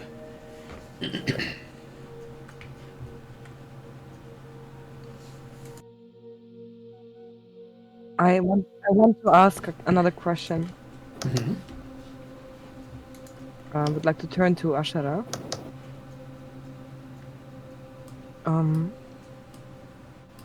So just Anna speaking here. We clarified the echoes. We clarified what happens if they're lit and what not. The beacons, I mean. Mhm. We clarified the demiurge. We clarified our position, right? That's all what we talked about already. Yep. Mm-hmm. I can point out things you have not asked before yet, if you want. I don't know if I want that. Is that No, it's not. I'm not asking you. Oh, by the way, do you want to ask about this plot point that I haven't even brought up yet? No, it's not something like that. It's something very obvious and in the room. Mm-hmm. I could ask about the demon fella. Yeah. The little guy, the little flame. That's exactly what I was gonna say. Should I read my mind? Mm-hmm. was that before we drive too far past it? Was there any reaction to like we'll do what we can? Is there any reaction to that reassurance, or was it just sort of? Oh, we'll do what we can. Is that what you said in character? Yeah, Okay. yeah. Yeah. Was there any reaction to sort of the reassurance? Yeah, for sure. You get a similar feeling of like that like tagging sensation. Basically, she's inviting you. Okay. Mm-hmm. I would ask Shitai's question first. Okay. Like, why the hell is he? What's with him? Okay. Like, why is he blue? This dude. No. That's not how I meant it. You know, like, why is he? Why did he, you know what I meant? Like, why is he a flame boy? Flame boy. Who are you That's the asking? question was- Yeah, I'm asking. Yeah, that's what I'm asking. that was not the question I was suggesting. Sorry, No. Oh, what are you suggesting? was suggesting as this person seems to know quite a lot. Who the heck that smiling blood lady was, and the way she was riding upon. But no, wait, not riding. Sorry. Wait, around. Why don't you ask that, Greeny? Would have. I thought Your you flame. said. No one said your flame couldn't talk. I thought you said boy, which is why I like thought you were talking about Yeah. Shitai. Yeah. Yeah. It's a devil fella. Oh yeah, sorry. I thought you said like boy at some point, but yeah. I mean, yeah, that you could if you wanted Sure. to. Which one are you asking, Shitai or the devil? Can Shitai speak? No. No. No. Okay. I'm asking about the devil. Okay. What are you asking? My God. That's the former question. I'm enjoying this so much. You don't even know. God, how do I form this? Fuck. So we met the blue lady. Yeah. I would sell my soul to her. Anna would, not Arman. Of course.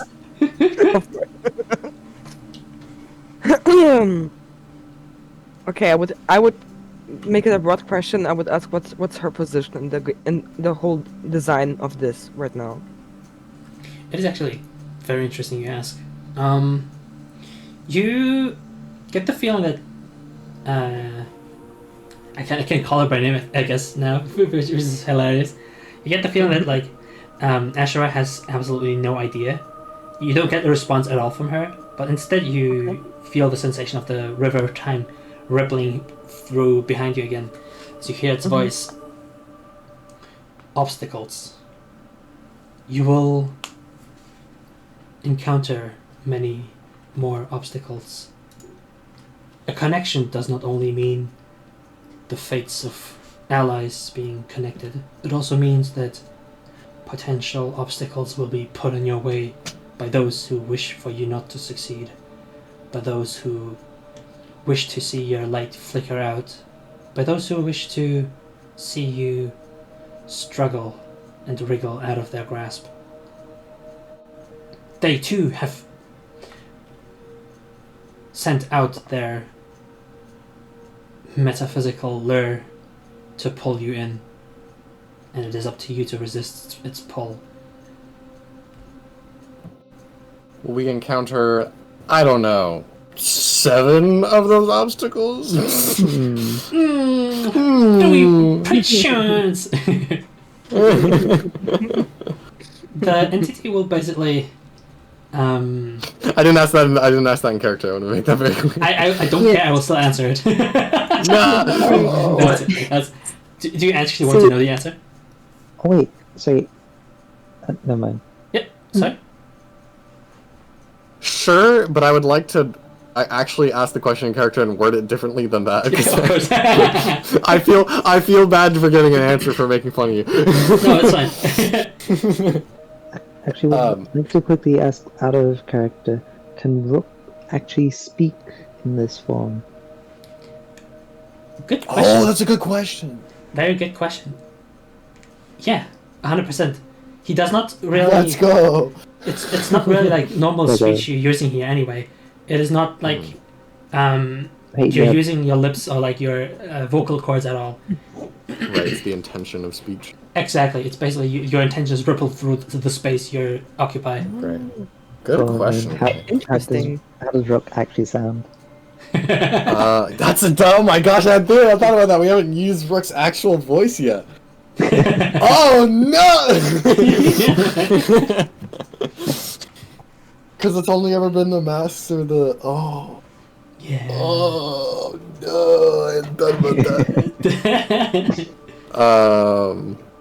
I mean, you don't have to describe how his voice sounds if you don't want to, because this is very like. No, I want to because that's an amazing Please. question. Please. But go now I have ahead. to think about it. Heck yeah.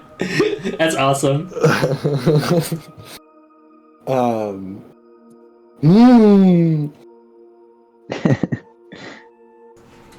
He sounds like a dapper gentleman. Good sire, may I inquire? No.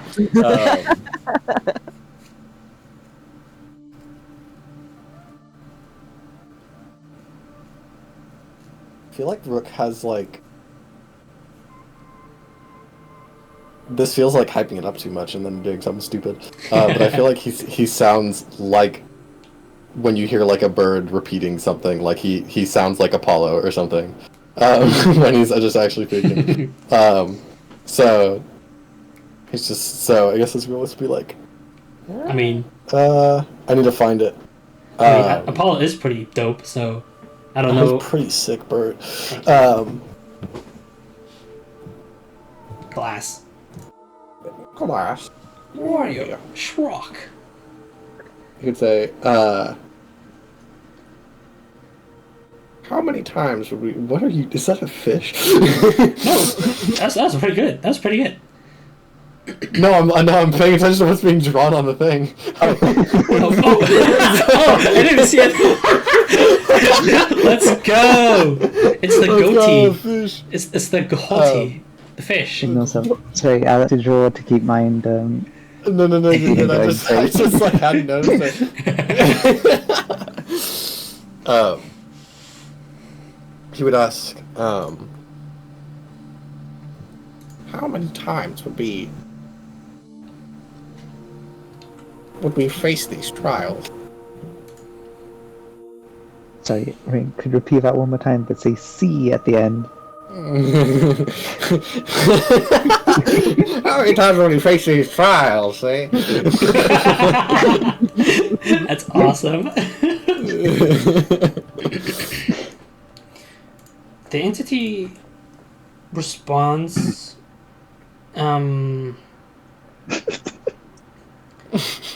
by saying there's gonna be an equal amount of obstacles to the amount of enemies you make. It is up to your discretion how to deal with each and every single obstacle. Just as a blade drawn usually results in another blade drawn, there might be different reactions to your actions.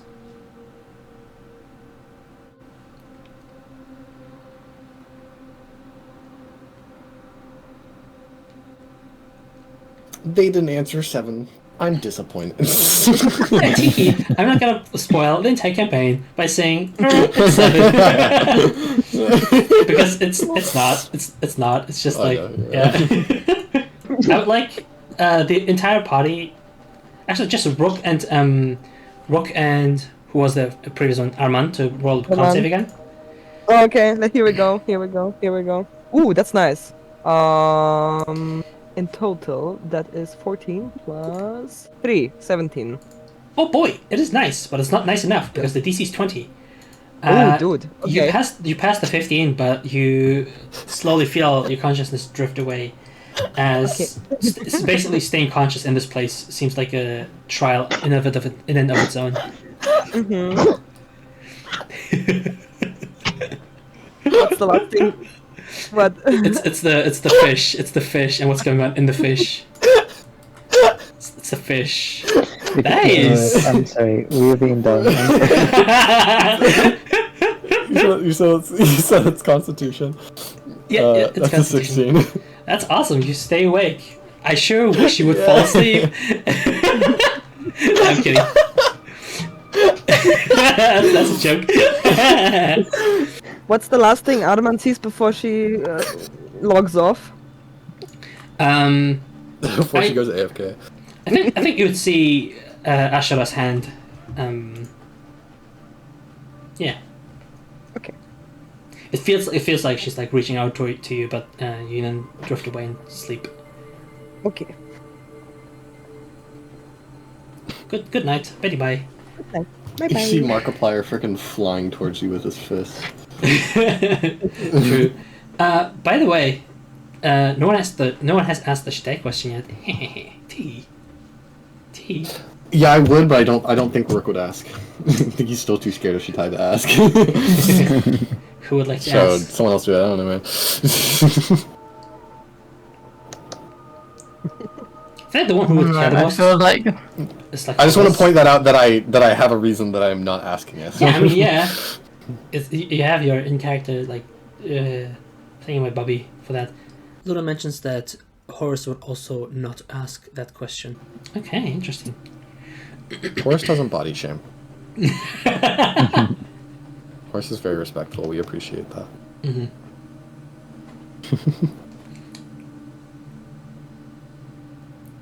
I sort of get the sense that Horus isn't going to ask anything, so I just. Shitai, are you okay? The muffled screaming. Shitai would feel like in that void there's like some kind of like rippling. Basically like you're sitting in the middle of a lake and there's like ripples going your way, but you cannot make out what they're actually saying. Like he can feel the vibrations. Yeah, basically. Can you roll me a Constitution saving throw? Is there any last question that Rook would like to have? Because okay, that's unfortunate.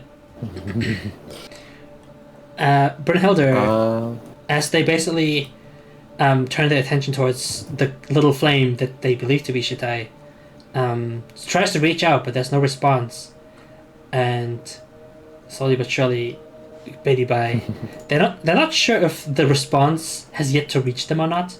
They just know they didn't get one as they drift off. I would like to take this opportunity, but I need to think about it. Yeah, bros. I'm not letting my con save go to waste, baby! Luna, is there something you would like to ask that's on your mind? As I mentioned last session, this is basically like your home.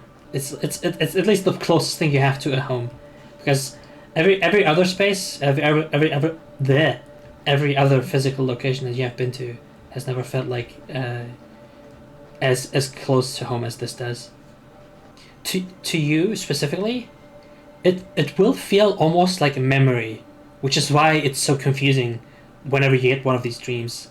It's like it's in your mind as if you have actually been here physically, right? That's how it feels.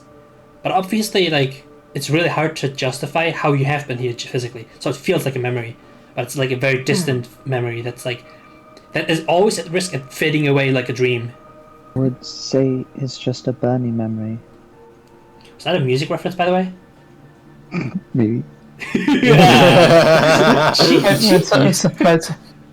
Sorry, I missed what was the... A burning said? memory.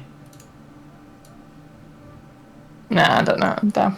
I feel kind of bad for Grimmy because he's just a little boy floating in space, but Yeah. It's fine. he decided Little boy. exactly.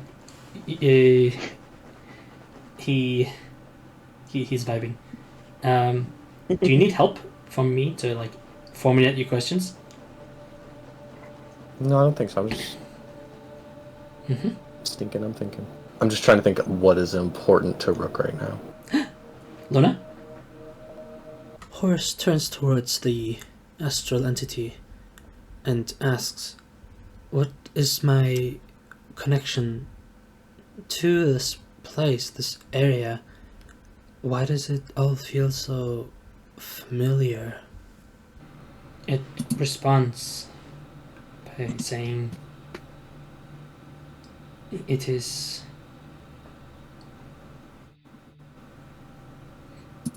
your origin."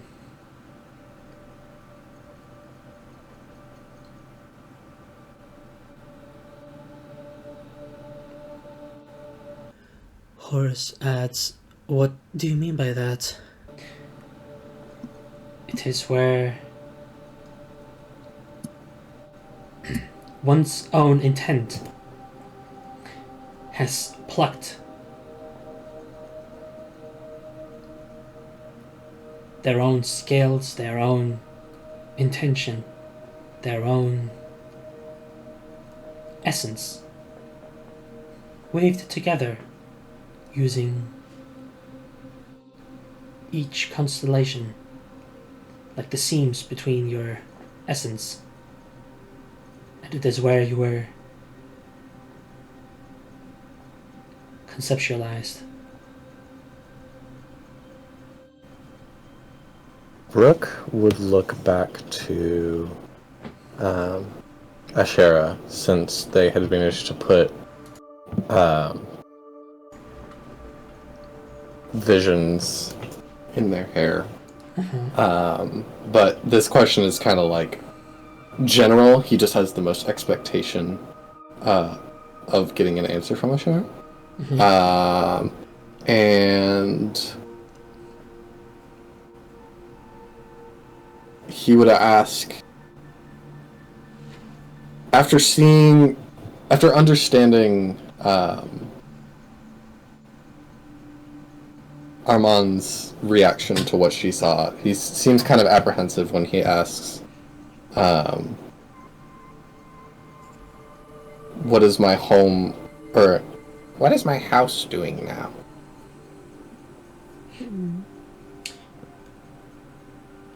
Interestingly enough, you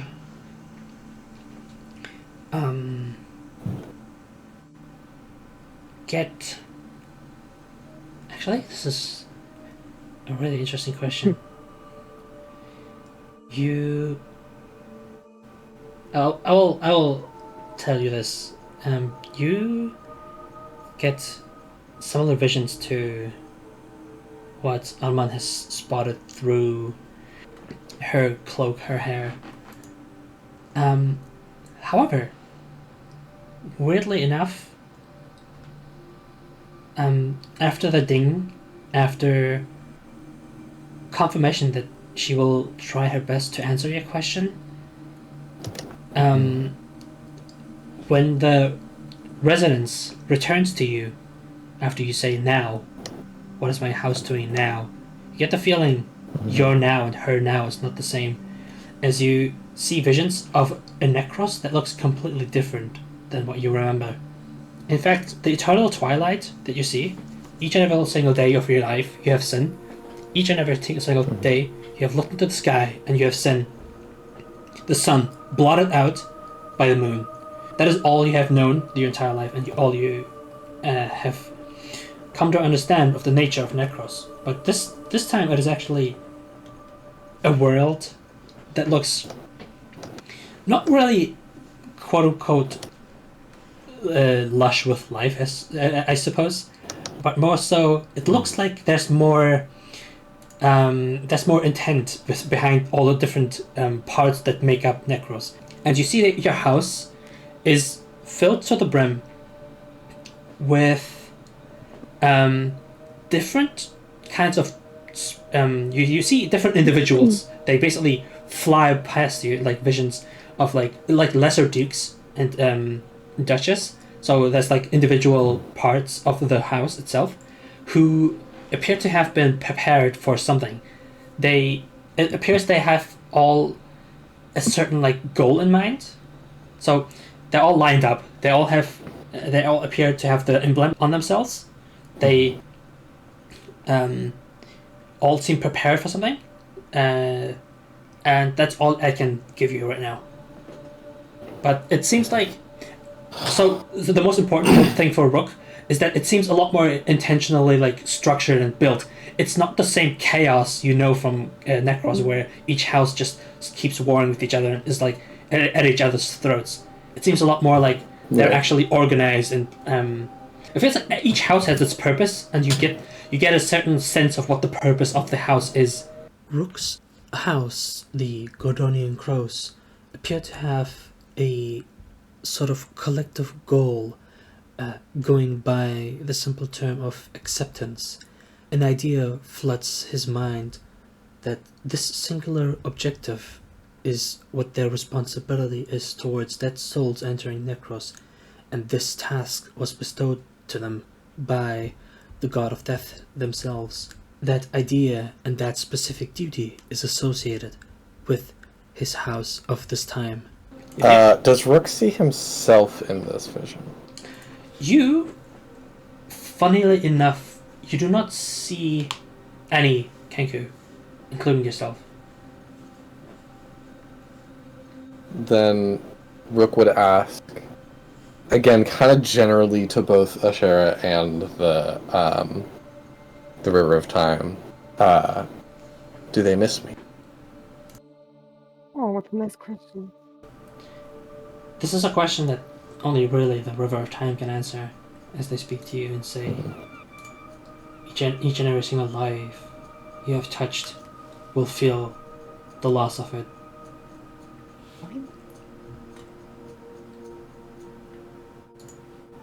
After hearing that, Rook is, I guess, can't really be visibly, but noticeably touched and accepts sleep.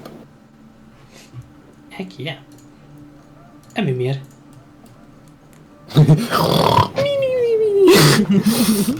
The last person who could be awake. Oh shoot, a rat! I wasn't paying attention to the map. The last person who could be awake at this moment is Horace.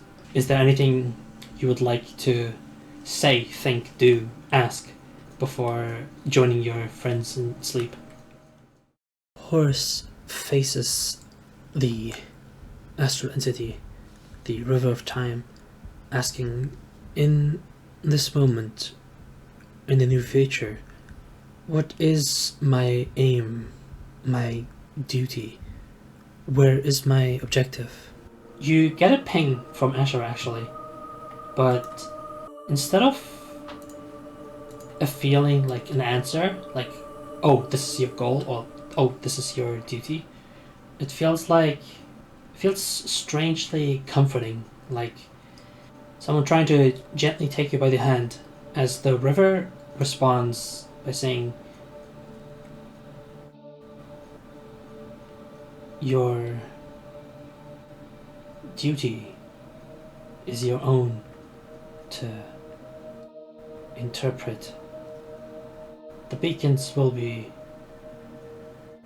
along your path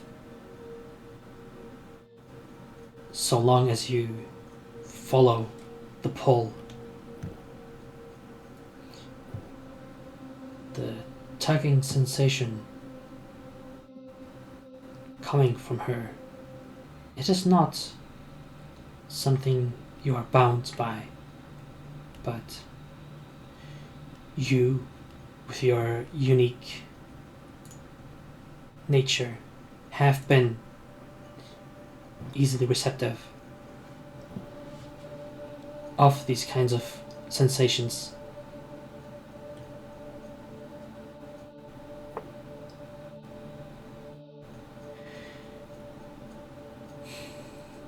one will say,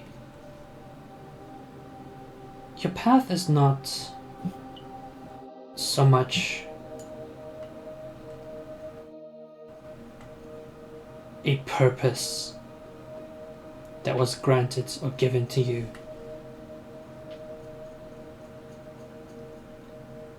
It is an offer. It is direction.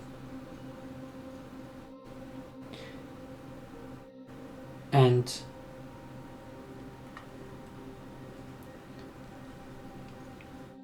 evidently enough, you do also receive direction from other sources.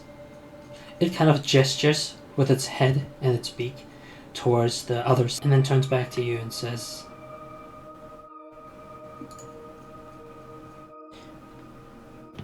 there will be countless different ways for this to shape up. The constellation might not be in the shape that you desired. It might not be in the right form that you hoped for. It might not even form with the same faces you have seen right here, right now. Maybe they will be different. But it is up to you to find it. Is that all?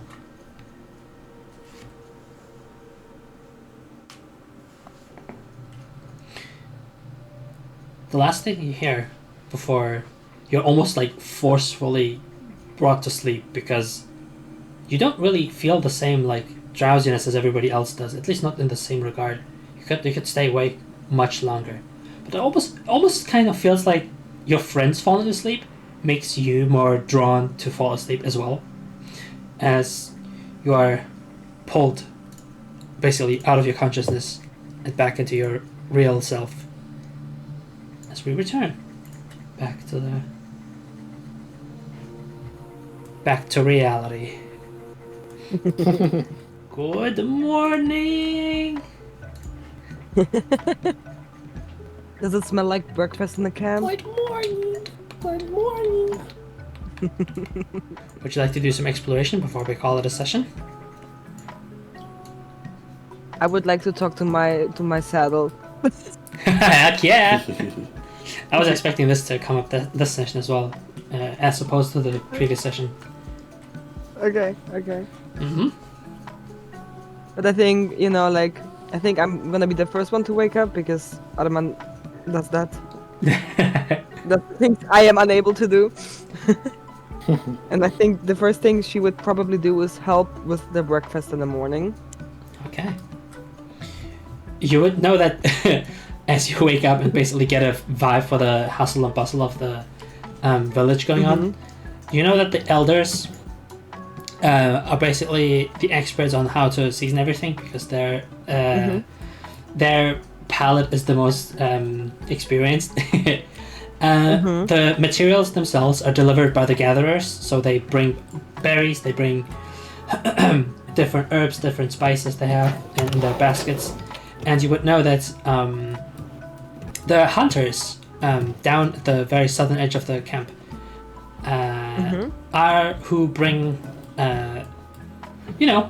venison. They bring morsels like rabbit meat, so on and so forth, and everything seems to have some sort of like ongoing structure to it. As the three armored knights that you've seen, you don't see them in armor anymore. You see them out and about training some of the children in the ways of defense. Can I recognize the other pole arm guy? You would recognize someone with a pole arm if you would like to approach them. I would not like to approach them. I just want to see if they look at me. If there's like this. Genuinely, They Because kind I of was don't. dissing him last time. They kind of don't care. Okay, good. They're being quite Alright. professional about like what they're doing right now by like instructing the children. Who is watching your way, however, is someone with like it looks like their hair is kind of like, what's the word? Like glossy or like shiny, as they like kind of like squint their eyes towards you. It is a male goblin. Okay, I squint back and dice some potatoes. I imagine since you're starting to prepare breakfast, you are like at the center of the map, where like, the big fire is going on. And you notice that the guy squinting at you has like a big crossbow at his back. Alright, where's my eyebrows? Like a little notice- provocately, like while dicing while dicing the. Yeah, you notice how like as you're staring daggers at them, another like goblin with like this like red patch of like cloth over their mouth like approaches the guy, like bumps him on the shoulder and just like passes him by, and he's just like yeah, just like follows a little. Okay. You would give me like an investigation check. Okay. Why are you looking? Oh, come on. Okay, wait. You said, investigation, yeah? Yep. That's a 9. Since you're a soldier, this DC is pretty low. You have seen like all sorts of different weaponries in your lifetime, and you have an easy like time like picking out when you see a certain weapon that you've seen before. These were sapphire and ruby, basically. At least their weapons. Oh, okay. They're quite unique. They have like very, very like special weaponry, compared to like the rest of the tribe, because they're the experts. They're the, like the big three. So yeah. And then this elderly lady just like looks your way and says like, "Don't mind them. They're just a little grumpy." Why do you sound so cute when you speak elderly lady lingo? I don't know. That's kind of the point I'm trying. It's alright, I say. And then I noticed that I diced the potato so small. Pathetically much. From where you stand, by the way, if you look at the map and where you right now are, you notice that like one of the elders in this corner, like behind the table, is basically like doing a little puppet show for the children. As one of the puppets looks strangely like Ram, at least like a really funny approximation of it, as the the little goblin heroes alongside some other strange individuals that look like very like quickly scrounged up, like they just like look like little wooden figures, not as delicately crafted as these things that have been around for a little while and used as they valiantly defeat the evil guy who like turns into like a puddle and disappears into the table as the children start cheering. Cool.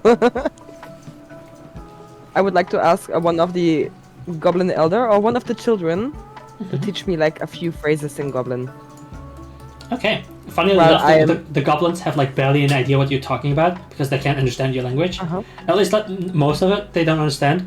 As the elder one is like, don't let me. I can help you with that.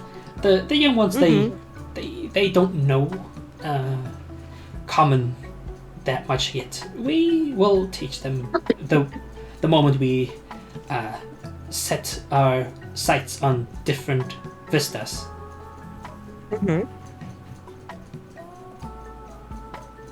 Okay. So, how many onions do you need diced? She will instruct you on what to do. What does the rest of the party do? I yell at Arman, imagine not knowing goblin or... Just kidding.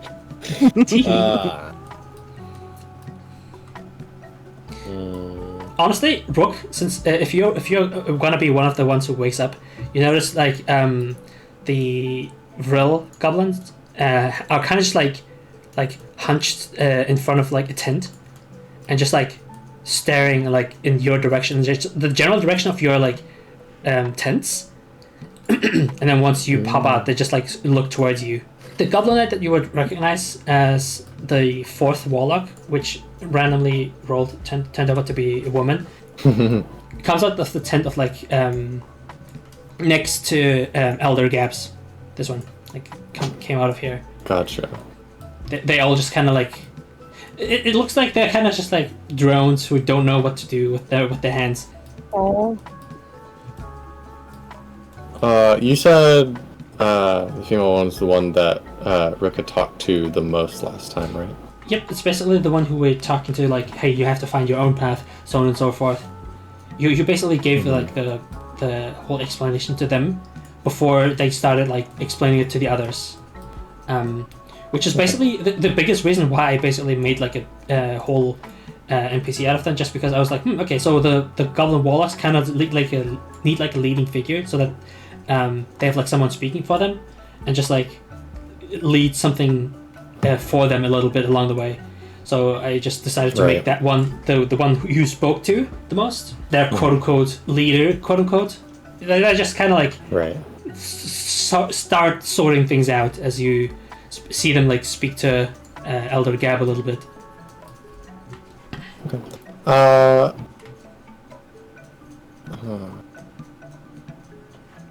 If she seems to be speaking to Elder Gab, Rook will kind of come over and not really initiate anything, but just come and see what's being talked about. It seems like there's a lot of like what's the word, like you know, a conversation between someone who knows of concepts like hey, this group of people gathers or buries this group of people. They're basically describing like a working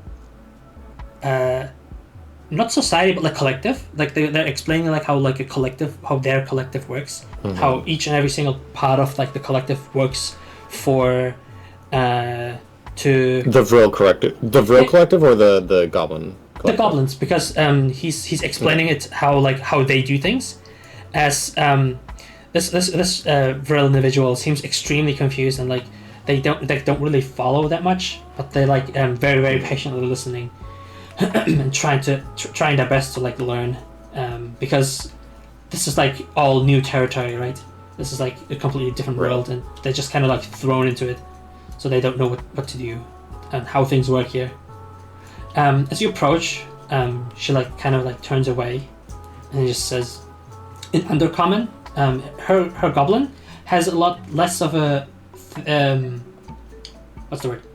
Her goblin with Elder Gab seems to have like a very like different dialect to it, so it's sometimes a little hard to like pick out what she's saying. Same as Gab. Gab is also having a bit of trouble communicating sometimes, but they're doing their best to bridge that gap. Gotcha.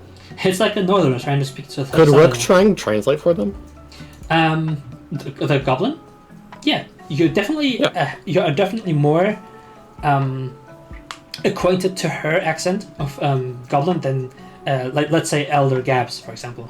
Like you can pick up her dialect a little easier, just because of like, you know, the kind of goblin you know learned and were taught. She turns away and says, "Wake." It's almost like she's asking a question of like, "Awake." Are you awake? Oh. Rook will nod and say, "Good morning."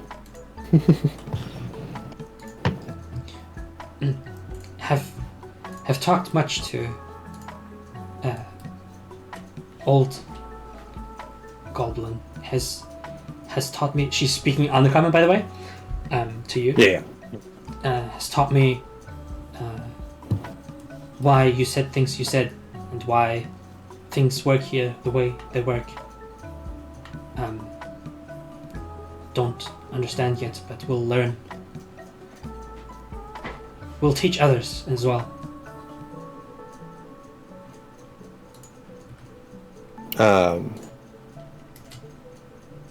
Rook will nod, and then obviously still an undercommon. Which of these voices would have undercommon? To be fair, of the voices you were given, all of them would know undercommon, just because it is right. It is the predominant language in Necros. Right. Since the rest of the party is also slowly waking up, does anybody want to join Rook, or do you have your own I'm back. plans? Sorry. Yep. I'm just asking what Luna and Brianna would like to do. If they would like to join you or do their own thing. Horse would basically be in autopilot, just walking around in circles around the camp. You just like see some of the children just like follow you, and they're just yapping, but you can't understand because they're speaking in goblin. They're like riddling you with questions or something, but you have no fucking clue what they're saying.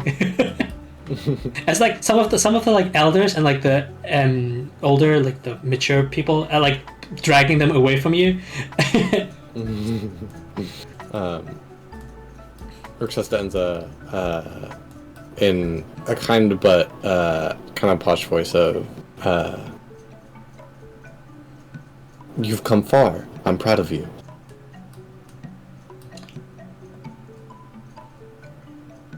That's so fucking cute. What the heck?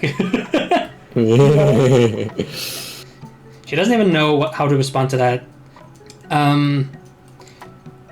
She gets a little flustered, but then starts like starts just like talking to fill the air, and then says, "Elder has also explained names, how names describe people and." People need names to work and address each other. Have taken name Enza. Will use name Enza in future. Do you have name?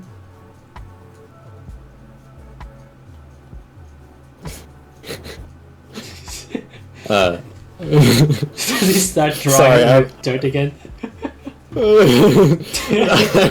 I was fighting literally every single like impulse to go just scream out "Dumb bird!" I'm not gonna do that. Rook would actually probably repeat because it's Arman that asked Rook's name before, right? When Arman read Rook in the dirt, he'll repeat that. Cool. That way of saying Rook. Aww. She will like kind of like mouth it and just like Rook. Aww. Okay. Why is this so wholesome? We'll remember. Can tell you other names as well. He's Gab. She like points at Gab. I thought she was gonna bring me out of the other ones.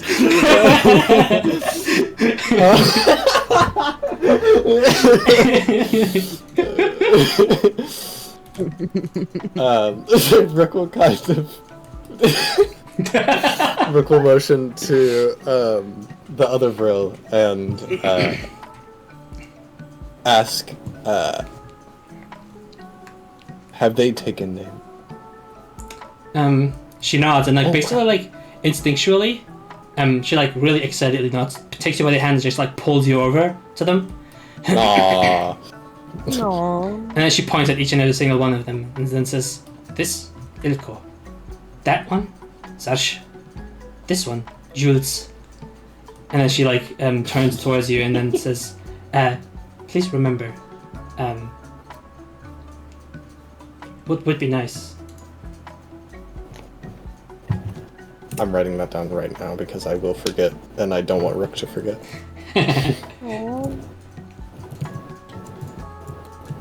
I'm putting them under new voices because that's the best place to put it. Sure.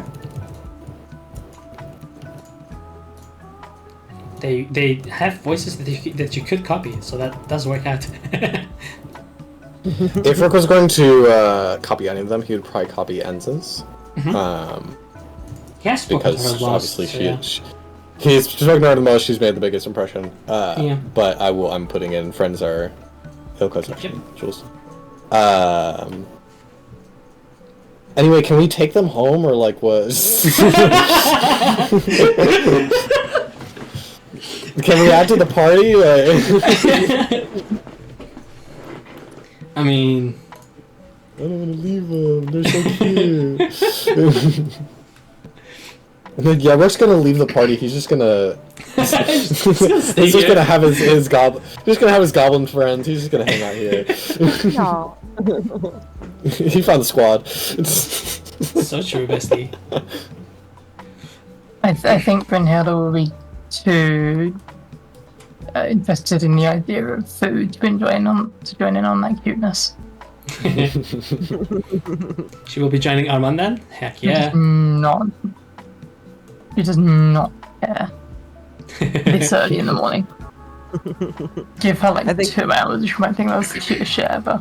I think I think the first thing you will see is me chopping things and then handing you wordlessly a black tea, saying good morning, and then after that handing you like tomatoes to peel or so, I don't know.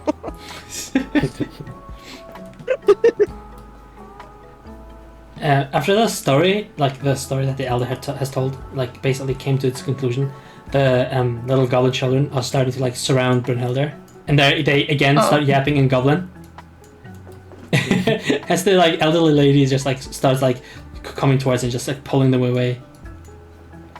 leave the lady alone. I'm sorry about them. They're just very curious. Just bemused. You must know. He does not know how to deal with kids. You must know they have never seen fur goblin before. Brynhilda might question for law reasons does milk exist? Yeah. Yeah, but Brynhilda's gonna ignore the tomatoes for now and just find milk and dump it in that black tea.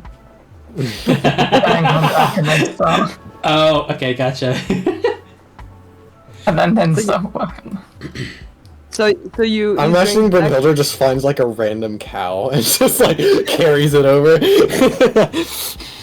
Well, have any ready. I just put the cup on the other and just. Yeah. So I thought you were saying like in universe, not like in this village. The village does not actually like keep animals. They don't really have like any husbandry going on. They don't have like goats or cows or anything like that. They do have like different sorts of like, like juices though. You could mix something with like nuts, perhaps to emulate milk. I don't know. No. I don't know. Come on. Just almond milk. I mean. You're dating a British woman. No. You're dating you don't know how milk tea works. There's one milk they have. They might have butter. Wog milk. Oh. What? Oh, that's huh. Bring a pass. Sparkles, come here. God, goodness gracious. Oh no. In that case, Brynhilda begrudgingly drinks the tea, and you can just see her expression is not enjoying it. Yeah, I'm here for food. I don't know what they're doing. I don't know why they wouldn't want food. Brynhilda understands one thing, and it's food. You all notice how Lammy is like sleeping in. She's not a morning person that much, as she like joins you guys because she's been looking for you. I'm also not wearing my armor, by the way, because Sorry? I don't think that it's practical to cook in armor. Oh yeah. Yeah, there's no imminent threat either, so it's not like Using your pauldron as like a frying pan. Oh yeah, that's so funny. Here we go. It's like Dungeon Meshi. You just have like the giant bowl Yeah. cook things in.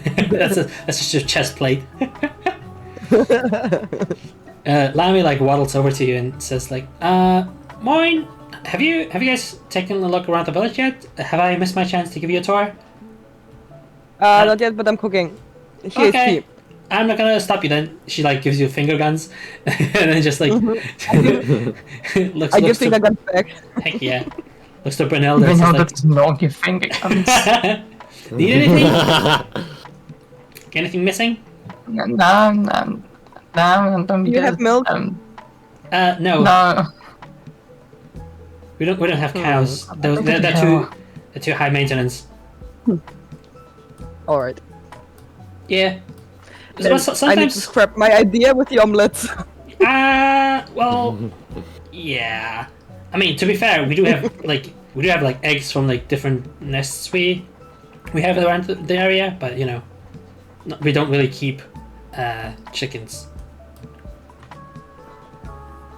As she's talking, like Arman is like from one place to another, like super duper community cooking stuff with the elders. That's in awesome. tandem. Brunhilde's just doing whatever gets placed in front of her. Yeah. And you see, like in a second, I just taking the potatoes away, then the tomatoes away. listen. I just imagine both Arman and like the elderly lady who pulled away the children. Right? She pulls away the children, looks at you. She sees you like kind of like left your own devices, gives you something to keep yourself busy, and then turns to the other children, like wags a finger, and then says something along the lines of like, "Oh, she's busy now. You don't have to. You have to not disturb her anymore." And the children like disperse. she's doing important stuff now. Don't leave her alone. As I like leave. So cute. But yeah, there's a lot of elders getting ready for the big meal. Just gonna pull them over. I killed my map. Oh, how'd they do that? There we go. The map is now saved. Goodness. They were too fast. What would the Rook be doing? Is he just like talking to the goblins? I was thinking up until now he's just talking. Do they have more to say? They just kind of like. I guess I would ask you a bunch of things like, what should they do now? Where to go now? They're still very much kind of like in that like, kind of like in the Shitai mode, right? They're asking for orders. Right.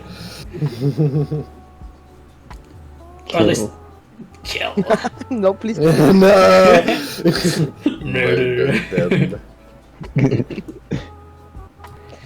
Yeah, she like ends up with basically like try to help you answer them as well. She would like turn to the others and explain like what little she could learn from Gab, but obviously it has been not that much like time. So,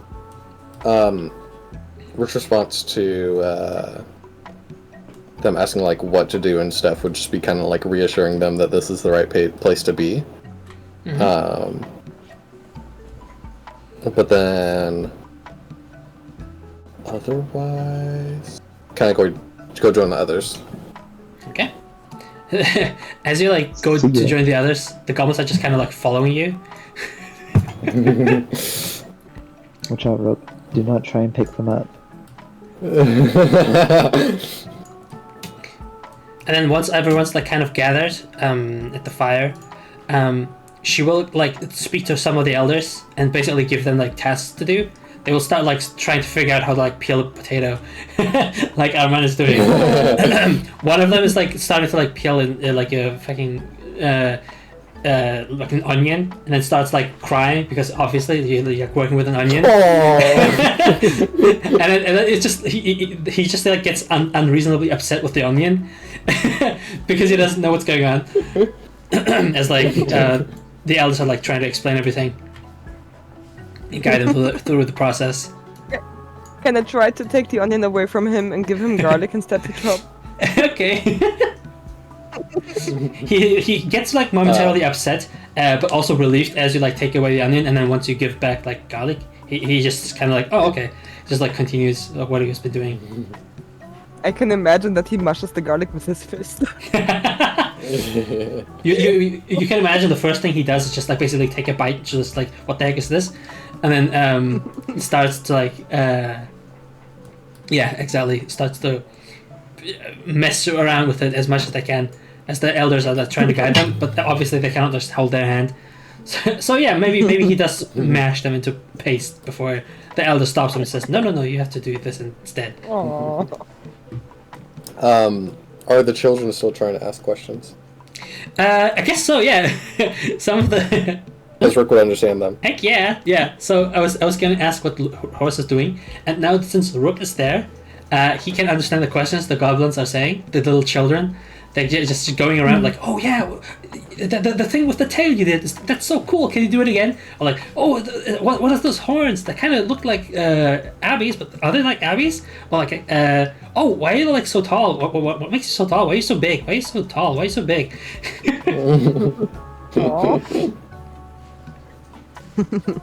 As Horus is still sort of walking in autopilot, they barely even pay attention or much less notice the children clinging to them.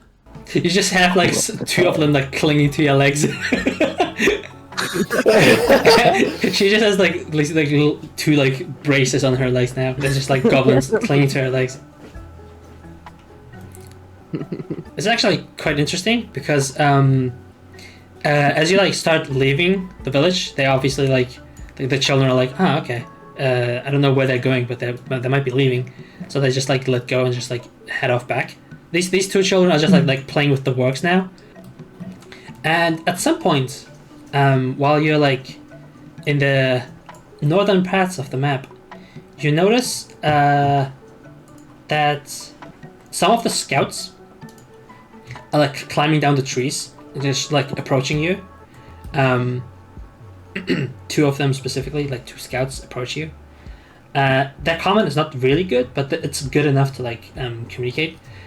And they're just like, have spotted others. Have you been with others? Basically, they have spotted more people. They're asking if you have more people that you have come with, if they're basically part of your group. Outside of the village? Horus tries to clarify. He nods. No. They respond. There's no one else. There should be no one else. They like look at each other. They seem a little worried, and then turns to you and then describes like one specific person and says, he like motions horns on his head and then says, and like motions to his skin and says, red, like lammy, and then like motions to his belly and then says, very big. No person. It's not even 7 a.m. yet. Yeah. So you would recognize that description to be befitting of a tiefling, and coming from that description, it sounds like someone you have actually seen before, which is in the village, Lodon. You have made contact with a tiefling called Amun, who would fit that description. A larger gentleman who is also a tiefling, like which would fit the description that they were giving, like red skin and horns, so on and so forth. Amun's basically he was the one who may have taken the quest if you guys weren't here. Oh. Yeah.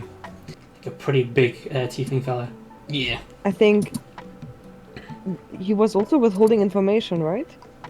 I don't Or was it remember. the other guy? I think that was Aidan, the ranger Okay. that you were interviewing. Ah, okay. You did like an insight check on him, I believe. Yeah, and that was He like, was definitely like- withholding information, but not like in any subtle way. He basically told you that there might be like some sort of like corruption or something, but we cannot tell you more than that. That's like classified. That's basically what he said. He said like it's kind of like classified or something. Okay. Does Horace just like inform the party? Okay. I think the first thing you get is a tea in your hand. Insane. Fancy a cuppa? Horace states, there is someone approaching the village, a tiefling that we may know. Probably to check if the problem is solved, right? Yes. Does he come alone? I think it was just him, yes. But with how much we haven't been told, I am ever so slightly cautious. Yeah. So I think we should at least be mentally ready. I look at Brunhilde. As far as I remember, like, they had like a conversation, right? Yeah. What is Brunhilde's reaction? Just nodding, taking in. I don't think she is responding particularly strongly to that. Okay. I mean, internally she might be, but like, you know, digesting. I give you the second team. This time a little stronger. Okay.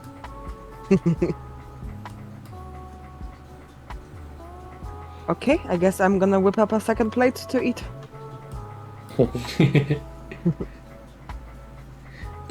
I'm guessing everybody just like continues on with their like breakfast preparations.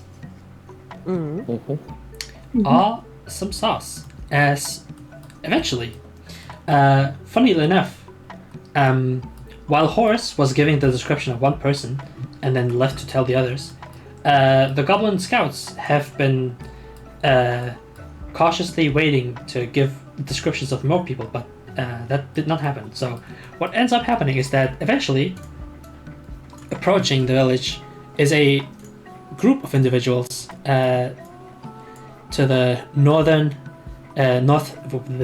northwestern side of the map, who slowly but surely all make their way towards the village.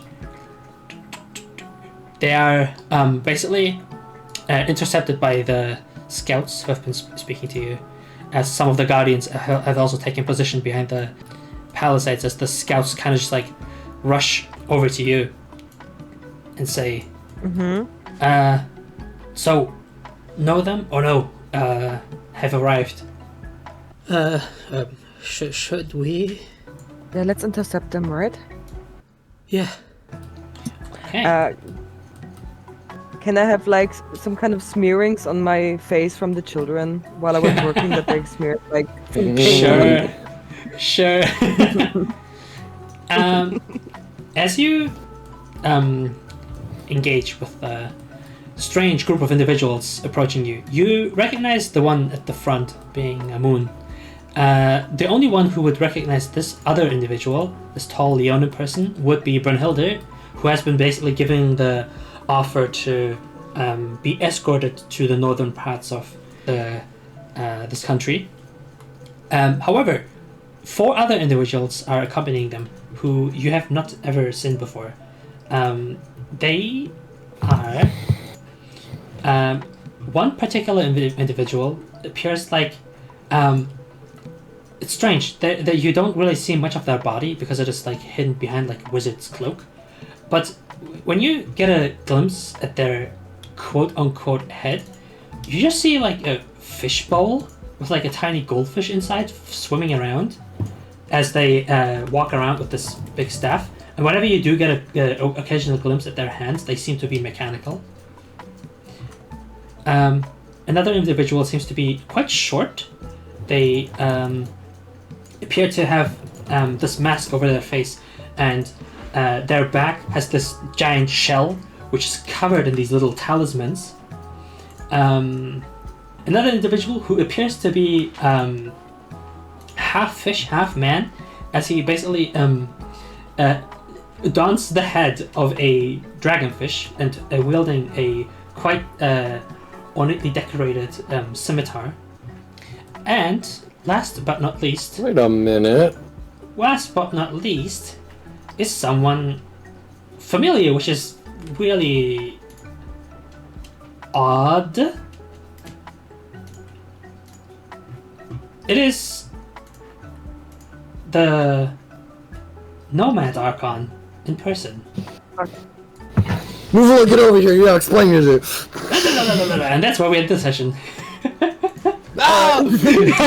Ah! What's wrong with you? I mean, yeah. Get a load of this guy. Get a load of this freaking dude over here. Thank you so much for such an amazing session. It was Let's really go. good. Heck yeah. It's been a pleasure running it, Oh, as usual. I did a cliffhanger. You think you're so cool, huh? You think you're so cool? No, yeah. I mean, the better choice would obviously be to start a conversation and then drop in the middle of the conversation. That's the much cooler way to end the session. Just start talking like, who are you guys? Yeah, we're all blah blah blah blah, and then it just ends there.